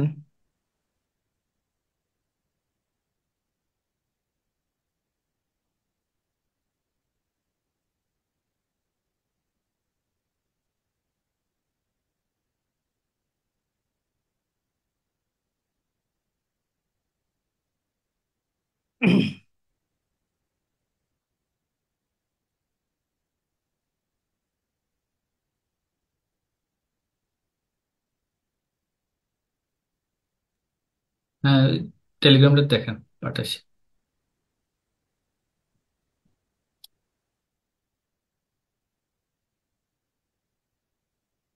আচ্ছা পাইছি। আচ্ছা। আপনারা যে বাকিগুলো দেখাইছেন। হ্যাঁ, প্রথমগুলো দেখাইছে যে বাস্তব সংখ্যা, তারপরে লাভ ক্ষতি যেটা, এগুলা লাভ ক্ষতি থেকে দেখা শুরু করুন আচ্ছা আর কি আচ্ছা। আপনি। আচ্ছা, যাই হোক, সেটা হলো যে এইখানে ম্যাথে খুবই দুর্বল এমন কেউ কি আছে যে ম্যাথ আসলে তেমন পারে না, আর ম্যাথে বেসিক ভালো কিন্তু ম্যাথ প্র্যাকটিস করা হয় না, এমন কেউ আছে? একটু বললে ভালো হয়। খুব দুর্বল ম্যাথে আর কি, মানে ম্যাথই বোঝে না আর কি, এরকম বা অন্য সায়েন্স ব্যাকগ্রাউন্ডের না নন সায়েন্স ব্যাকগ্রাউন্ডের কেউ থাকলে একটু মাইক্রোফোন অন করে একটু কথা বলতে হবে। ক্লাসে তো আপনারা জয়েন করেন অনেক কম, দেখা যায় লাইভ ক্লাসে থাকলে সরাসরি কথা বলার একটা সুযোগ থাকে। কেউ জি আছে? ভাই, আমি অল সায়েন্স ব্যাকগ্রাউন্ডের আছি। নন সায়েন্স কিন্তু ম্যাথে দুর্বল এমন কেউ আছে নন সায়েন্সের অনেকে ভালো ম্যাথ পারে বেশি পরীক্ষায় যেগুলো আসলে তো 9 10 ম্যাথ 9 10 তো সবাই আমরা মোটামুটি বেশিরভাগই সায়েন্সেই পড়াশোনা করছি। ম্যাথে দুর্বল মানে ম্যাথ বেসিক ম্যাথই বোঝে না জিনিস আর কি, মানে বেসিক খুব দুর্বল এমন কেউ আছে? ম্যাথ দুর্বল হ্যাঁ আছে আমিও। কিন্তু অত বেশি বুঝি না তো না, বুঝি কিন্তু করা হয় কম। আচ্ছা, করা হয় কম মানে ম্যাথে আপনার বেসিক ঠিক আছে কিন্তু প্র্যাকটিস করা হয় কম, তাই তো? হ্যাঁ ভাই। এবার ওইটা আর কি, মানে আচ্ছা ম্যাথের প্র্যাকটিস করা হয় না অনেকদিন ধরে। আর হচ্ছে যে কিছু কিছু টপিক আছে যেগুলো একদম আর কি আগে বুঝিনি ছিল না আচ্ছা ওই আচ্ছা সময়, ক্লাস 9 10 ওগুলা পারি না, যেরকম আচ্ছা সম্ভাব্যতা, আচ্ছা বুঝতে তারপরে পারছি। হলো ইতিহাস, এগুলা কি পারি না। কিন্তু এমনি নাইন আচ্ছা টেনে আচ্ছা যেগুলো বুঝতে পারছি। পড়ছিলাম ওগুলো সম্পর্কে একটা ধারণা। আচ্ছা, যাই হোক আপনাদের যেহেতু ম্যাথে প্র্যাকটিসের অভাব আছে, ঠিক আছে, মানে দেখা যায় যে যারা গণিতে পড়াশোনা করে ধরেন খুব ভালো স্টুডেন্ট, তারপরেও ম্যাথে ভালো হলে পরীক্ষার হলে গেলে যেটা সমস্যা হয় সেটা হলো সময়ের মধ্যে ম্যাথ করতে পারে না। আপনি ম্যাথে অনেক ভালো, মানে ম্যাথ বেসিক ভালো, আপনি ম্যাথ সব বুঝেন কিন্তু পরীক্ষার হলে যে ম্যাথ করতে পারেন না, একটা কারণ হলো যে আপনার প্র্যাকটিসের অভাব। সময়ের সাথে ম্যাথকে অ্যাডজাস্ট করতে হয়, ঠিক আছে? না হলে ওটাকে পরীক্ষার হলে করা যায় না। আপনি দেখে পড়তেছেন যে এটা পারবো, কিন্তু দেখা যায় যে সবগুলো ম্যাথ 15টা অঙ্ক থাকে পিলিতে, তো 15টা অঙ্ক দেখা যায় যে করা যায় না। আর লিখিত ক্ষেত্রে যেটা হয় সেটা হলো সময় মতো কভার করা যায় না, যেমন 45টার মধ্যে আমরা সবগুলো ম্যাথ করে আসতে পারি নাই, ম্যাথ পারি না এমন না, ম্যাথ পারি আমরা, কিন্তু দেখা যায় যে সময়ের অভাবে কভার করা যায় না। তো এটা একটা সমস্যা হলো প্র্যাকটিস করতে হবে, প্রচুর পরিমাণে ম্যাথ প্র্যাকটিস করতে হবে যাতে একটা ম্যাথ করতে আপনার 5 সেকেন্ড বেশি সময় না লাগে। 5 থেকে 10 সেকেন্ড এর বেশি সময় আপনার কখনোই না লাগে, ঠিক আছে? পড়তে তার সময় লাগবে কিন্তু ওই ম্যাথটা সলভ করতে আপনার বেশি সময় লাগবে না। এই লেভেলের দক্ষতা অর্জন করতে গেলে আপনাকে প্রচুর প্র্যাকটিস করতে হবে, ঠিক আছে? এখন আমরা ধরেন যে আপনাদেরকে ক্লাস নিচ্ছি, এই ক্লাস ধরেন আমরা আপনাকে এমন লেভেলে নিয়ে যেতে পারবো না। একটা ক্লাস ধরেন 1 ঘন্টা 1.5 ঘন্টা হয়, কিন্তু ম্যাথের একটা টপিক লাভ ক্ষতি যদি বুঝাইতে শুরু করি, এই বুঝাইতে গেলে আপনাকে 10 ঘন্টা ক্লাস নিতে হবে। একটা লাভ ক্ষতির প্রত্যেকটা টপিক ধরে ধরে বুঝাইতে গেলে সেটা ইম্পসিবল, তাই না? এটা সম্ভব না।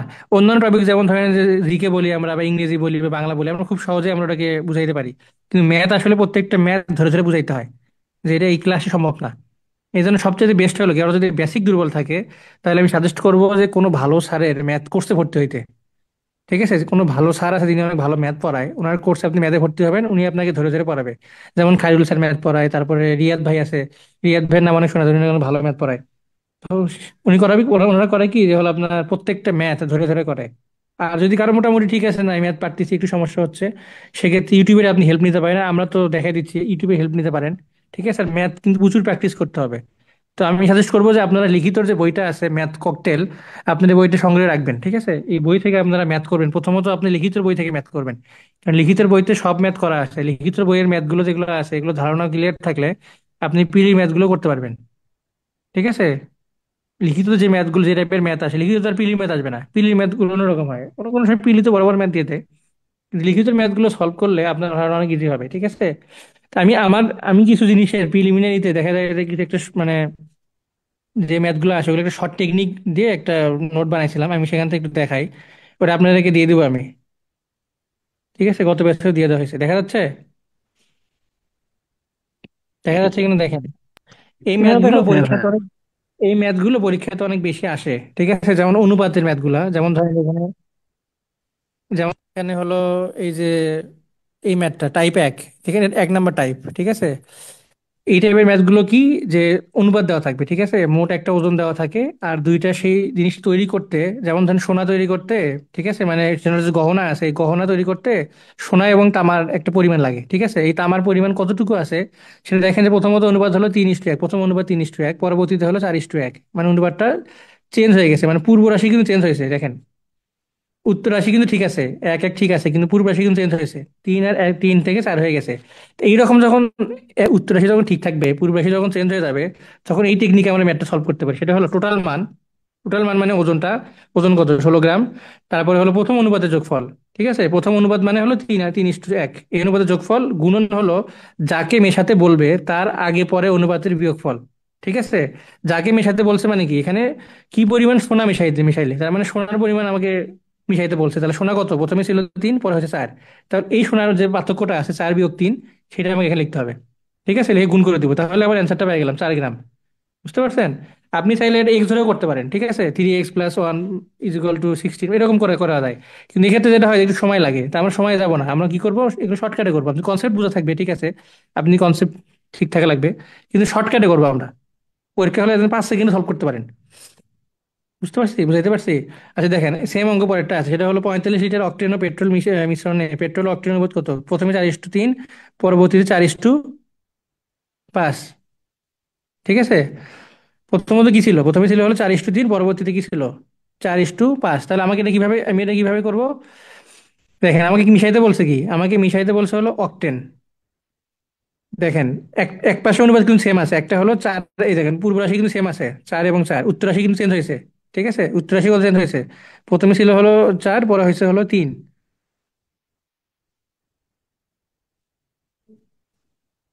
তাই না? দেখেন উত্তর রাশি, পূর্ব রাশি, দেখেন পূর্ব রাশি প্রথমে হলো 4ই আছে, আর এখানে দেখেন পেট্রোলের পরিমাণ এটা তো 4ই আছে, তার মানে কি হয়েছে, শুধু উত্তর রাশি চেঞ্জ হয়েছে। তাহলে আমি কি বললাম, একটু আগে দেখে আসলাম যে দুইটা অনুপাতের মধ্যে যে কোনো একটা যদি চেঞ্জ হয়ে যায় আর একটা যদি সেম থাকে, তাহলে আমরা ওই সূত্রটা অ্যাপ্লাই করতে পারি। টোটাল পরিমাণ ডিভাইডেড বাই হলো প্রথম অনুপাতের যোগফল গুণন হলো যেটা বার করতে বলবে, মিশাইতে বলবে, সেটার বিয়োগফল। তাহলে এখানে অক্টেন মিশাইতে বলছে, অক্টেন এর কত? 3 আর 5। তাহলে 5 আর 3-এর আমরা বিয়োগফল করবো এখানে। ঠিক আছে, মোট পরিমাণ কত? 35। প্রথম অনুপাতের যোগফল হলো 4:3, 7, গুণন হলো যেটা বাই করতে বলবে, মিশাইতে বলবে, সেই অনুপাতের বিয়োগফল। তো অক্টিন মিশাইতে বলছে, অক্টিনে কত? 5 - 3। এভাবে করলে আমরা অ্যান্সারটা 10 লিটার পেয়ে যাচ্ছি। ঠিক আছে, এটা শর্টকাট টেকনিক। পরীক্ষায় আসলে এই অঙ্কগুলো পরীক্ষা খুব আসে, প্রচুর আসে, অনেক। দেখেন এটা কোথায় আসে, এটা প্রাথমিক শিক্ষাতে আসছে আর কি। তারপর এগুলো তো অনেক পরীক্ষাতে আসছে, যেমন এটা হলো 16তম বিসিএস থেকে 20তম বিসিএস আসছে, যে অঙ্ক, সোনার যে অঙ্কটা, এই অঙ্কগুলো পরীক্ষাতে অনেক আসে। এবার শর্টকাট টেকনিক করলে আপনি দ্রুত করতে পারবেন। আর একটা টাইপ 2, এটা হলো 1 নাম্বার টাইপ। ঠিক আছে, যে যে কোনো একটা অনুপাত চেঞ্জ হবে আর একটা অনুপাত ঠিক থাকবে। আর একটা টাইপ হলো যখন দুইটা অনুপাতই চেঞ্জ হয়ে যাবে। দেখেন, 2:1, 1:2, দুইটা অনুপাতই চেঞ্জ হয়ে গেছে, অনুপাত ঠিক এক হয়ে গেছে, 1:2। ঠিক আছে, just উল্টে উল্টে গেছে, মান কিন্তু সেমই আছে। এইরকম যখন থাকবে যে মান একই থাকবে কিন্তু just উল্টে যাবে, তখন আমরা টেকনিকটা হলো উপরে টোটাল মান, ঠিক আছে, উপরে হলো টোটাল মান, দেখেন উপরে হলো টোটাল মান লিখলাম, নিচে হলো অনুপাত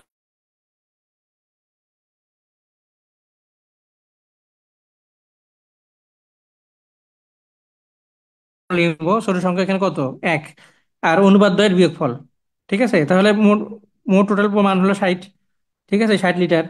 তারপরে অনুপাত দ্বয়ের ছোট সংখ্যা কত? 2, 1, 1, 2, এবং ছোট সংখ্যা হলো কত? 1, গুণন হলো অনুপাত দ্বয়ের বিয়োগফল, বিয়োগফল কত? 2, 1, 1, 2। ঠিক আছে, এটাকে আমরা জাস্ট বিয়োগ করে দিলাম, তাহলে আমরা অ্যান্সারটা পেয়ে যাচ্ছি। ওকে, আচ্ছা তারপর দেখেন, তারপর হলো সেম 60 লিটার কেরোসিন ও পেট্রোলের মিশ্রণ অনুপাত 7:3, 3, 7। দেখছেন জাস্ট খেলে কি হয়েছে, ঘুরে গেছে, উল্টে গেছে আর কি।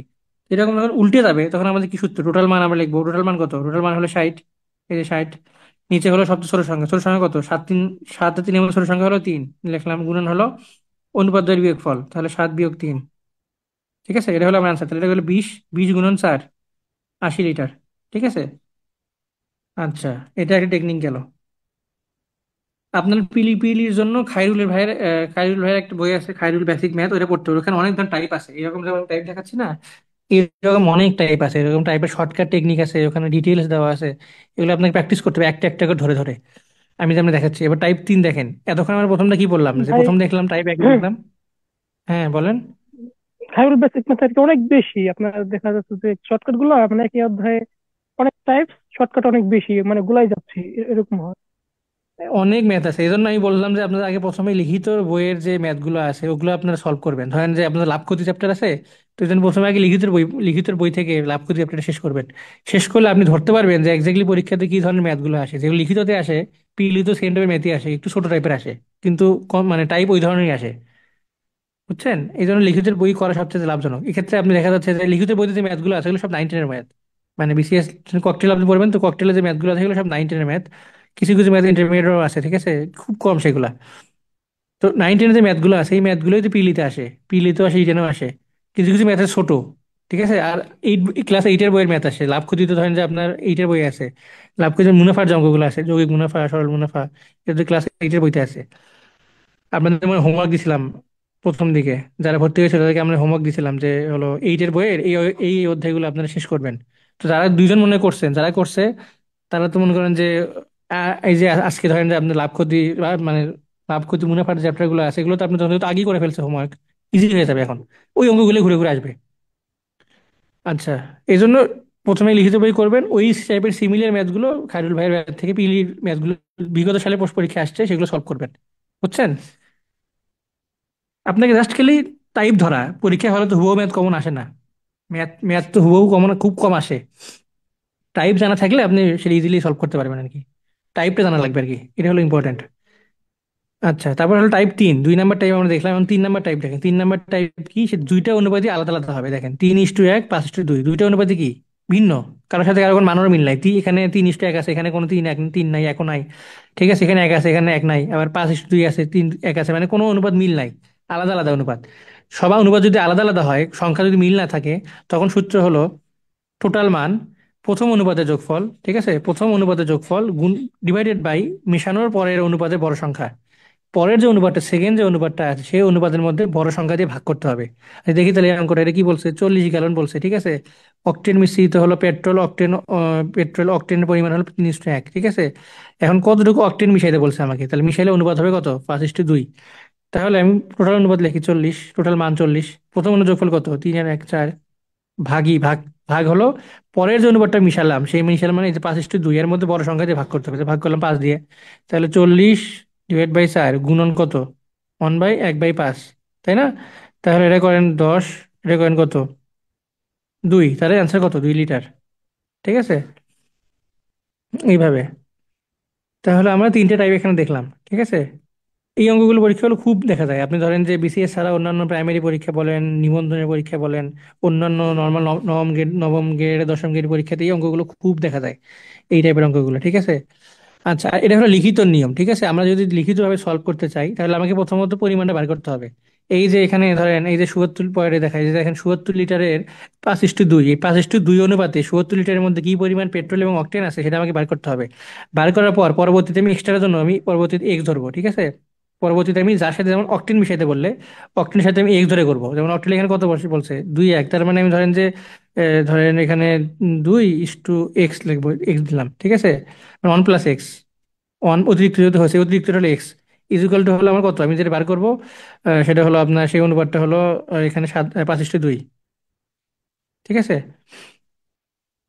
এইভাবে আপনি লিখিত নিয়মে করতে পারেন। লিখিত নিয়ম করলে একটু বড় হয়, ঠিক আছে। কিন্তু আমি শর্টকাট যদি করি, তাহলে সহজেই আমি এই অঙ্কগুলো সলভ করতে পারি খুব দ্রুত। মানে দেখা যায় যে অনুপাত জাস্ট কি হচ্ছে, আমি দেখবো যে অনুপাতের মানগুলো চেঞ্জ হয়েছে কিনা, কোন মানটা চেঞ্জ হয়েছে। টাইপ যে তিনটে টাইপ আছে, এই তিনটে টাইপের মধ্যে থেকে মোটামুটি এই টাইপের অঙ্কগুলো খুব বেশি আসে, ঠিক আছে।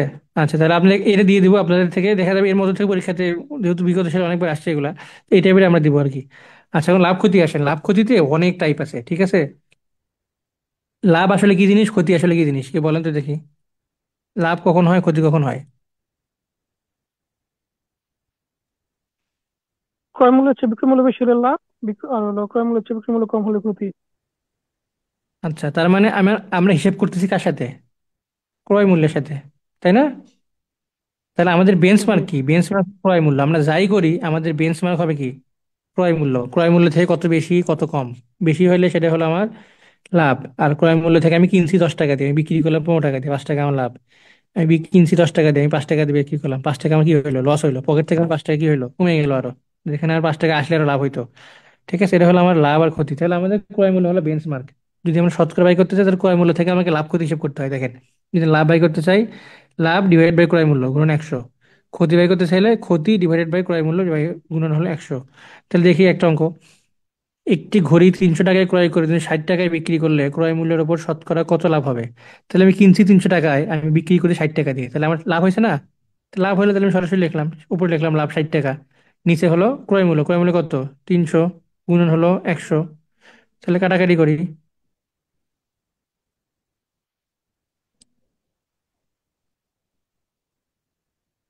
20%, তাই না?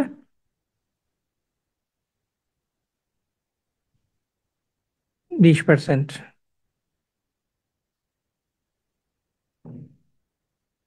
তারপর হলো একটি দ্রব্য 960 টাকায় বিক্রি করায় 40 টাকা ক্ষতি হলো, ক্ষতির হার কত? সহজ, উপরে খেলে 40, নিচে হলো 960 টাকা দিয়ে বিক্রি করছি, তার মানে আমার ক্রয় মূল্য ছিল হলো 920 টাকা, তাই না? আমি তো 60 টাকা দিয়ে বিক্রি করছি, বিক্রি করে আমার 40 টাকা ক্ষতি হয়েছে, তাহলে সরি, তাহলে আমার ক্রয় মূল্য হলো 1,000 টাকা। আমি তো বিক্রি ক্ষতি হয়েছে আমার 40 টাকা, তাহলে আমার ক্রয় মূল্য কত? 100 টাকা। তাহলে উপরে হলো 40, নিচে হলো 100, সরি সরি 1,000 টাকা, নিচে হলো 1,000, গুণন হলো 100। ঠিক আছে, যেহেতু আমার 40 টাকা ক্ষতি হয়েছে, 60 টাকা দিয়ে বিক্রি করার কথা, তাহলে আসল টাকা হলো আমার 1,000, তাই না? তাহলে উপরে হলো 40, নিচে হলো 1,000, গুণন হলো 100।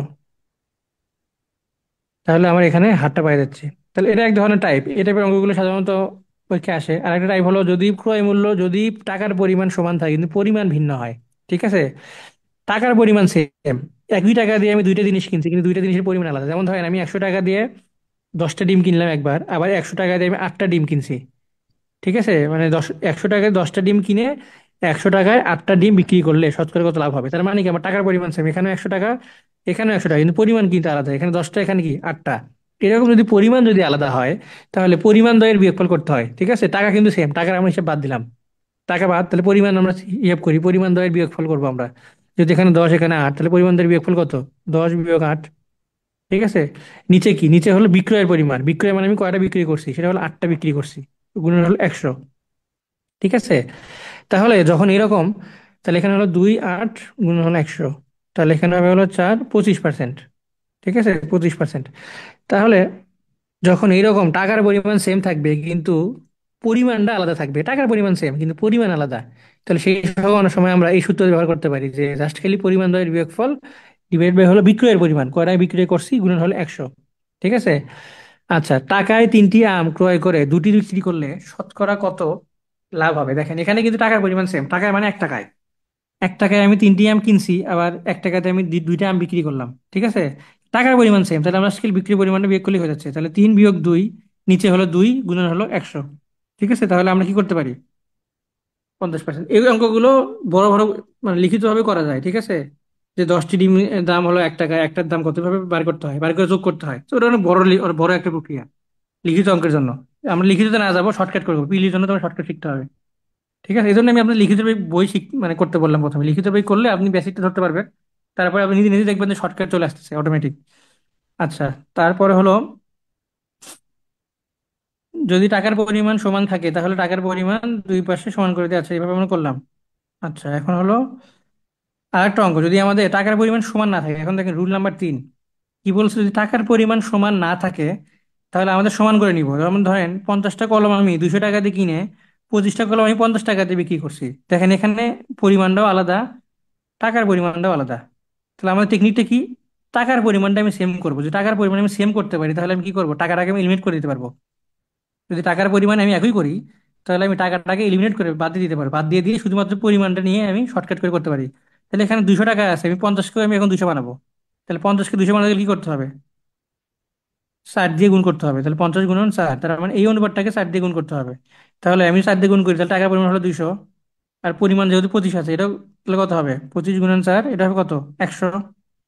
ঠিক আছে, তাহলে এটা হয়ে গেল 100, টাকার পরিমাণ 200, তাহলে 200 200 কাটা, টাকা আমার হিসাব বাদ, তাহলে পরিমাণ থাকে শুধু, পরিমাণ কত? এখানে 100, এখানে 50, বিয়োগ করলে 50, নিচে হলো বিক্রয়ের পরিমাণ, বিক্রয় কত? বিক্রয় করতে আমি 100, যেহেতু 4 দিয়ে গুণ করে আমি 100 হয়েছে, 100 গুণন 100। ঠিক আছে, তাহলে আমার থাকতেছে কত? 50, 50%। ভাই এটা কি আপনার পরিমাণ সমান করে করা যায় না? হ্যাঁ, পরিমাণ সমান করে করতে পারবেন, সেক্ষেত্রে আপনার টাকা দিয়ে করতে হবে। তা আমি ওই ওই জায়গাতে যাচ্ছি না, মানে দেখা যায় তখন একটু ঝামেলা হতে পারে। শর্টকাট টেকনিক হলো আপনি পরিমাণ দিয়ে করবেন, বুঝছেন? পরিমাণটাকে আপনি মানে বাদ দিয়ে করবেন, আচ্ছা, টাকাটাকে আপনি সমান সমান করবেন, তাহলে তাহলে কোনো ঝামেলা হবে না আর কি। ঠিক আছে, যেমন আচ্ছা। এখানে এই অঙ্কগুলো অন্যভাবে করা যায়, যেমন 50টার দাম ধরেন 200 টাকা, একটার দাম কত, এই যে একটু আগে যেটা বললাম ওভাবে করা যায় এগুলো, বুঝছেন? আচ্ছা, আর একটা অঙ্ক, এই অঙ্ক লিখিত তো আসে, এই অঙ্কটা লিখিত তো পরীক্ষায় আসে, সেটা হলো যে আমি একটা ঘড়ি 10% খরিদে বিক্রয় করছি। ঠিক আছে, আর বিক্রয় মূল্য যদি 45 টাকা বেশি হইতো তাহলে 5% লাভ হইতো, তাহলে ক্রয় মূল্য কত? যদি আপনারা এই অঙ্ক লিখিততে আসে, লিখিততে আপনি চাইলে লিখিততে কিন্তু এমন করা যায়, এটা কিন্তু কোনো সমস্যা না। টেকনিকটা শর্টকাট বলতে গেলে মানে এটা না যেটা এমন অন্য কোনো নিয়ম, অঙ্কেরই একটা ছোট একটা টেকনিক। ঠিক আছে, এই অঙ্ক যদি লিখিততে আসে তাহলে আপনারা এই নিয়ম ফলো করে করতে পারবেন, কোনো সমস্যা নাই, চাইলে আপনি বড় করে করতে পারেন। আসলে দেখেন একটি ঘড়ি যখন 10% খরিদে বিক্রি করা হলো, বিক্রয় মূল্য 45 টাকা বেশি হলে লাভ হয়ে এত টাকা, এরকম যদি কোনো লাইন থাকে, ঠিক আছে, যে বিক্রয় মূল্য বেশি হলে লাভ হলো এত টাকা, তাহলে শর্টকাট টেকনিক হলো এই যে পরিমাণটা আছে, এই পরিমাণ সমান এটা লেখা যায়। ঠিক আছে, এটা পরিমাণ কত, 10 আর 5 কত, যোগ করে দিব আমরা, 15%, সমান হলো 45। তাহলে 100 হলো কত? ঠিক আছে, 100 হলো 45 × 100, নিচে হলো 15, তাহলে হলো 300 টাকা। তাহলে হলো 300। ঠিক আছে, এটা আপনি দেখলেই বুঝতে পারবেন, দুই একবার প্র্যাকটিস করার পর যখন আপনি সেম টাইপের অঙ্কগুলো দেখবেন যে প্রথমে এত পার্সেন্ট, এমন হইতে পারে যে প্রথমে লাভ দিয়ে বিক্রি করছে, ঠিক আছে, পরে ক্ষতিও হইতে পারে, কিন্তু অঙ্কের ভাষা এরকমই হবে যে বিক্রয় মূল্য এত টাকা বেশি হইলে এত টাকা লাভ হইতে, এত টাকা ক্ষতি হইতো, তখন ক্রয় মূল্য কত। এরকম ভাষা যখন দেখবেন তখন আপনি এরকম শর্টকাট করে ফস করে ফেলতে পারবেন এটা। ঠিক আছে, পরীক্ষা হলে আপনি দ্রুত করে ফেলতে পারবেন। আচ্ছা, অনেক সময় দেখা যায় যে এরকম ভগ্নাংশ থাকতে পারে। ঠিক আছে, যেমন একটি গাড়ির ক্রয় মূল্য তার বিক্রয় মূল্য গাড়ির ক্রয় মূল্যের 4/5। আচ্ছা, আমি যে বলতেছি যে একটি গাড়ির বিক্রয় মূল্য তার ক্রয় মূল্যের 4/5, তাহলে এখানে ক্রয় মূল্য কোনটা, বিক্রয় মূল্য কোনটা 4/5-এর মধ্যে?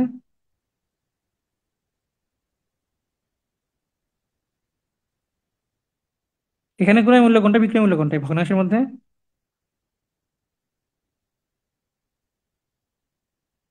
বিক্রয় মূল্য কি উপরেরটা? হ্যাঁ, যেহেতু ক্রয় মূল্যের এত অংশ, ক্রয় মূল্যের অংশ, তাহলে ক্রয় মূল্যের অংশ মানে কি, সে ক্রয় মূল্য অবশ্যই নিচেরটা। ক্রয় মূল্যের বিক্রয় মূল্য, ক্রয় মূল্যের এত অংশ, তাহলে বিক্রয় মূল্য যদি ক্রয় মূল্যের অংশ হয় তাহলে যেটার অংশ হবে সেটা তো নিচে থাকবে। তাহলে ক্রয় মূল্য 5। ঠিক আছে, এটা হলো কস্ট প্রাইস, আর এটা হলো সেল প্রাইস। ঠিক আছে, তাই না? এটা আমরা শর্টকাট করে একটু আগে আমরা কি দেখে আসলাম, এই যে যদি এরকম পরিমাণ থাকে তাহলে সেক্ষেত্রে আমরা কি করতে পারি, সে ধরেন টাকার পরিমাণ বা ধরেন পরিমাণ, তাহলে আমরা কি করতে পারি, বিয়োগ করে দিতে পারি, তাহলে 5/4 করে দিতে পারি আমরা। ঠিক আছে, 5/4, নিচে হলো ক্রয় মূল্য গুণন 100। ঠিক আছে, তার মানে হলো এটা 20%। শর্টকাট করে আমরা এমন করতে পারি। ঠিক আছে, আবার আমরা তাহলে এটা ধরেও করতে পারি, ধরি আপনার ক্রয় মূল্য 100 টাকা, তাহলে যেহেতু ক্রয় মূল্যের 4/5 অংশ, তাহলে বিক্রয় মূল্য কত হবে, বিক্রয় মূল্য হবে হলো 100 × 4/5। তাহলে সেখানে আমরা বিক্রয় মূল্য পাবো একটা। তাহলে ক্রয় মূল্য বিক্রয় মূল্য বাদ দিতে হবে, বাদ দিয়ে দেখা যাবে যে ক্ষতি হয়েছে না লাভ হয়েছে। তো ক্ষতি হইলে সেক্ষেত্রে আমরা ক্ষতি হলে উপরে ক্ষতি লিখবো, নিচে হলো ক্রয় মূল্যটা লিখবো। ঠিক আছে, এই যে এখানে যেটা করা আছে, এই যে এখানে যেটা করা আছে, ঠিক আছে, তাইলে আমরা এভাবে করতে পারি যে আপনি ক্রয় মূল্য ধরে ফেলছেন 100 টাকা দিয়ে, তারপরে আপনি সেখান থেকে বিক্রয় মূল্য, যেহেতু এখানে 4/5, তাহলে বিক্রয় মূল্য ক্রয় মূল্য 4/5, তাহলে কত হবে, 80 টাকা হবে বিক্রয় মূল্য। তাহলে ক্ষতি কত টাকা, ক্ষতি হলো 20 টাকা। ঠিক আছে, এখন ক্ষতির হার বাই করতে বলে তাহলে কত হবে, হার বাই করতে গেলে 20, নিচে হলো ক্রয় মূল্য, ক্রয় মূল্য 100 গুণন 100, ওই সেম 20% পার হবে। ঠিক আছে, এভাবে করতে পারেন। আবার চাইলে এখান থেকে এই জিনিসটা থেকে করতে পারেন, যে উপরেরটা ক্রয় বিক্রয় মূল্য, নিচেরটা হলো ক্রয় মূল্য। তাহলে আমি যে ক্রয় মূল্য বিক্রয় মূল্য জানি, তাহলে ক্রয় মূল্য বিক্রয় মূল্য জানলে তাহলে তো আমার জন্য লাভ খুঁজে বাই করা সহজ। ঠিক আছে, আচ্ছা, তাহলে এই হলো মোটামুটি কিছু অংশ আমি দেখালাম। সবগুলো ধরে ধরে আমি তো দেখাতে পারবো না, কারণ ধরেন এই যে যতক্ষণ ধরে দেখাচ্ছি, ধরেন এই টপিক কয়টা দেখাইলে, 2-3টা টাইপ দেখাইছি আপনাদের, তাই ধরেন যত 30-40 মিনিট চলে গেছে। প্রত্যেকটা টাইপ ধরে ধরে যদি আমি দেখাই, ধরে যে খাইরুল ম্যাথ, বেসিক ম্যাথ যেখানে আছে বইতে আছে, ধরে ধরে দেখালে প্রচুর সময় লাগবে, বুঝছেন, প্রচুর সময় লাগবে। তো এই জন্য আপনাদের বাসায় প্র্যাকটিস করতে হবে। আপনারা আপনারা কি বই কিনছেন, ম্যাথ বই আছে আপনাদের? বুক লিস্ট দেওয়া হয়েছিল, ম্যাথ বই কিনছেন? ব্যাস, খাইরুল বেসিক আছে আমার কাছে। খাইরুল বেসিক ম্যাথ, আচ্ছা, এই যে এই অঙ্কটা আমি একটু দেখাই, সেটা হলো এই অঙ্কটা একটু শর্টকাট টেকনিক আছে। আচ্ছা, সেটা হলো এই যে এই অঙ্কটা। ঠিক আছে, যে ধরেন যে কোনো একটা মূল্য কমে গেল, বাইরে গেল, ঠিক আছে, চিনির মূল্য 10% কমে যাওয়ায় চিনি ব্যবহার শতকরা কত ভাগ কমাইলে চিনি বাবদ খরচ একই থাকবে। ঠিক আছে, যে কোনো একটা জিনিসের মূল্য বাইরে গেল, বাইরে গেলে শতকরা কত ভাগ চিনি বাড়াইলে বা কমাইলে, ঠিক আছে, হইতে পারে বাড়ছে, হইতে পারে কমছে, যে কোনো কিছু হইতে পারে, কমা বাড়া যে কোনো কিছু হইতে পারে। ঠিক আছে, তো এই জন্য এরকম যখন আসবে, তো তখন আমাদের সূত্র হলো, প্রথমত সূত্র আমি বলি, দেখেন, অঙ্ক আগে বোঝা লাগবে, অঙ্ক কোনটা, অঙ্ক হলো যে কোনো একটা জিনিসের মূল্য এত% বাড়ছে বা এত% কমছে, কমলে শতকরা ব্যবহার কত ভাগ কমাইলে বা কত ভাগ বাড়াইলে খরচ একই থাকবে। প্রথমত হলো উপরে 100, সূত্র, ঠিক আছে, উপরে 100 গুণন, যদি বাইরে যায়, ঠিক আছে, যদি মানটা বাড়ে, বুঝছেন, যে মানটা বাড়বে, যে মানটা বাড়বে সেই মানটা আমরা উপরে লিখবো। ঠিক আছে, যদি বাড়ে উপরে লিখবো, কমলে উপরে লিখবো। এখানে কত হয়েছে, এখানে 10% কমছে। ঠিক আছে, যে মান পার্সেন্টেজ যেটা আছে, মানে এখানে হলো শুধু পার্সেন্টেজটা হবে, সেটা বাড়ুক আর কমুক। ঠিক আছে, এখানে হবে 100 গুণন পার্সেন্টেজ, পার্সেন্টেজ কত, 10%, পরে আসছে সেটা সূত্র, নিচে হলো 100 প্লাস মাইনাস পার্সেন্টেজ। বুঝছেন, এটা হলো সূত্র, শর্টকাট টেকনিক। 100 গুণন পার্সেন্টেজ, নিচে হলো 100 প্লাস মাইনাস পার্সেন্টেজ। এটা হলো সূত্র। তাহলে আমরা এখন দেখি এই অঙ্কটা সলভ করি, এখন দেখি এই অঙ্ক কি বলতেছে এটা। এটা হলো এই টাইপের অঙ্কের সূত্র। এত পার্সেন্ট কমলে এত পার্সেন্ট বাড়লে শতকরা ব্যবহার কত কমাইলে বা কত বাড়াইলে একই রকম থাকবে, এই টাইপের অঙ্কের সূত্র। তাহলে আমরা দেখি, প্রথমত আগে 100 লিখি। এখানে কি বলছে? 10% কমে গেছে, তাহলে কমে গেছে মানে কি? 10%, 10। আচ্ছা, নিচে হলো 100। যেহেতু কমে গেছে তার মানে আমাকে কি করতে হবে? মাইনাস করতে হবে 10। তাহলে উপরে হলো 100 গুণন 10, নিচে হলো 90। ঠিক আছে, তাহলে আমি 0 0 কেটে দিলাম, তাহলে হয়ে হলো কত? 100/9। ঠিক আছে, এটা হলো আমার উত্তর। কি করলে আসে হলো 11, 1/9 সমস্ত যে এটা আসে ওটা হলো অ্যান্সার। বুঝছেন? এবার এইটা যদি সেম দিন যদি বেড়ে যায়, ধরেন যদি এখানে বাড়ে তাহলে এখানে প্লাস হবে। বুঝছেন? শুধু এখানে প্লাস, যদি বাড়ে এখানে, যদি এই মানটা যদি এরকম হতে 10% বাড়ছে, তাহলে তখন এখানে 10 থেকে থাকবে, 10 থেকে এখানে প্লাস হয়ে যাবে। প্লাস যেহেতু যেহেতু আমার মানটা বাড়ছে তাহলে অবশ্যই যোগ করতে হবে। ঠিক আছে, এটাই অঙ্কগুলো, এটা হলো শর্টকাটটি করা যায় আর কি। এটা আপনারা যখন করবেন তখন আপনারা বুঝতে পারবেন। আইডল বেসিক ম্যাথ যখন সলভ সলভ করবেন তখন দেখেন, এই যে এই অঙ্কটা দেখেন, এই দিকটাকে দেখে আসলাম। টাকার পরিমাণ সেম থাকলে যদি পরিমাণ আলাদা থাকে তখন আমাদের শর্টকাট টেকনিক আছে, দেখেন সেই টেকনিক করছে দেখছেন। 10 বিয়োগ 8 করছে, যেহেতু টাকার পরিমাণ সেম, টাকা আমরা বাদ দিয়ে দিলাম। পরিমাণ করি, পরিমাণ কত? 10 আর 8। তাহলে 10 আর 8 করছে, নিচে হলো বিক্রয়ের পরিমাণ, বিক্রয়ের পরিমাণ 8। দেখছেন শর্টকাট টেকনিক। আচ্ছা, এই যে এখানে একটা দেখেন এই অঙ্ক আসছে হলো কোথায়? এই অঙ্ক আসছে হলো 36, 34 আর হলো 43 চব্বিশে এসে। এই যে এই অঙ্কটা দেখেন, আগের সূত্র দিয়ে করবো আমরা। আগের সূত্র কি বলে আসলাম? 100 গুণন পার্সেন্টেজ কত? 25%। নিচে বৃদ্ধি পাইছে তাহলে কত? 100 + 25, তাই না? তাহলে উপরে হলো হলো 100 গুণন 25, নিচে হলো 125। তাহলে 25 এটা কাটলে 5, এটা কাটলে কত? 20%। তাই না? দেখেন উত্তর কত? এই যে 20%। ঠিক আছে, দেখছেন এগুলো কত শর্টকাটে করা যায়। প্র্যাকটিস করতে হবে। আচ্ছা, তো এরকম লাভ ক্ষতির প্রচুর অঙ্ক আছে। ঠিক আছে, আপনাকে লাভ ক্ষতির প্রচুর অঙ্ক আছে, এখানে বেশি দেওয়া নাই। আমরা খাতা থেকে একটু দেখাই, সেগুলো আপনাদের প্রচুর টাইপ আছে। কারণ বেসিক ম্যাথ যখন আপনারা করবেন বই থেকে, প্রথমত আপনাকে আগে ম্যাথ প্র্যাকটিস করতে হবে। সূত্রটা আমি আপনাদের বলে দিলাম, এরকম যখন আপনারা ওখানে বইতে প্র্যাকটিস করবেন এরকম অনেক সূত্র ওখানে আসবে, শর্টকাট টেকনিক আসবে। কিন্তু শর্টকাটে আপনার সব নিয়ম শেখা যাবে না। প্রথমত আপনাকে আগে বেসিক নিয়ম শিখতে হবে। ঠিক আছে, বেসিক বলতে আপনার লিখিত টাইপের যে ম্যাথগুলো হয়, বড় বড় করে করতে হয়, অমনে শেখা লাগবে যে এই ম্যাথটা এইভাবে কিভাবে সলভ করে। ওইভাবে করার পর যখন আপনার আয়ত্তে চলে আসবে একটা ম্যাথ, আপনি যখন সলভ করতে পারবেন তখন আপনাকে সেটা কি শর্টকাট টেকনিকে নিয়ে আসতে হবে। বুঝছেন? এটা হলো টেকনিক। এই জন্য প্রথমে আগে লিখিতের বইটা সলভ করেন। ঠিক আছে, লিখিতের যে বইটা আছে, লিখিতের বই সলভ করতে গেলে যে এই অঙ্কটা লিখিতের বইতে আছে। ঠিক আছে, এই অঙ্ক লিখিতে আসছে কয়েকবার। কলার দাম এত কমে যায় তো ঠিক আছে, 12 টাকায় পূর্ব অপেক্ষা 2টি কলা বেশি পাওয়া যায়। ঠিক আছে, এই অঙ্কগুলো লিখিত পরীক্ষাতে অনেক আসছে। বর্তমানে একটি কলার দাম কত? ঠিক আছে, এর 100 টাকা কমে 20 টাকা। বেসিক দেখেন, 100 টাকা কমে 20 টাকা, তাহলে 12 টাকা কমে কত? এত টাকা। ঠিক আছে, তাহলে এত টাকা তো কমে, এটা তো তাহলে 2টা কলার দাম। তাহলে একটা কলার দাম করতে গেলে ভাগ করা লাগে, ভাগ করলে 1.2 টাকা আসলো।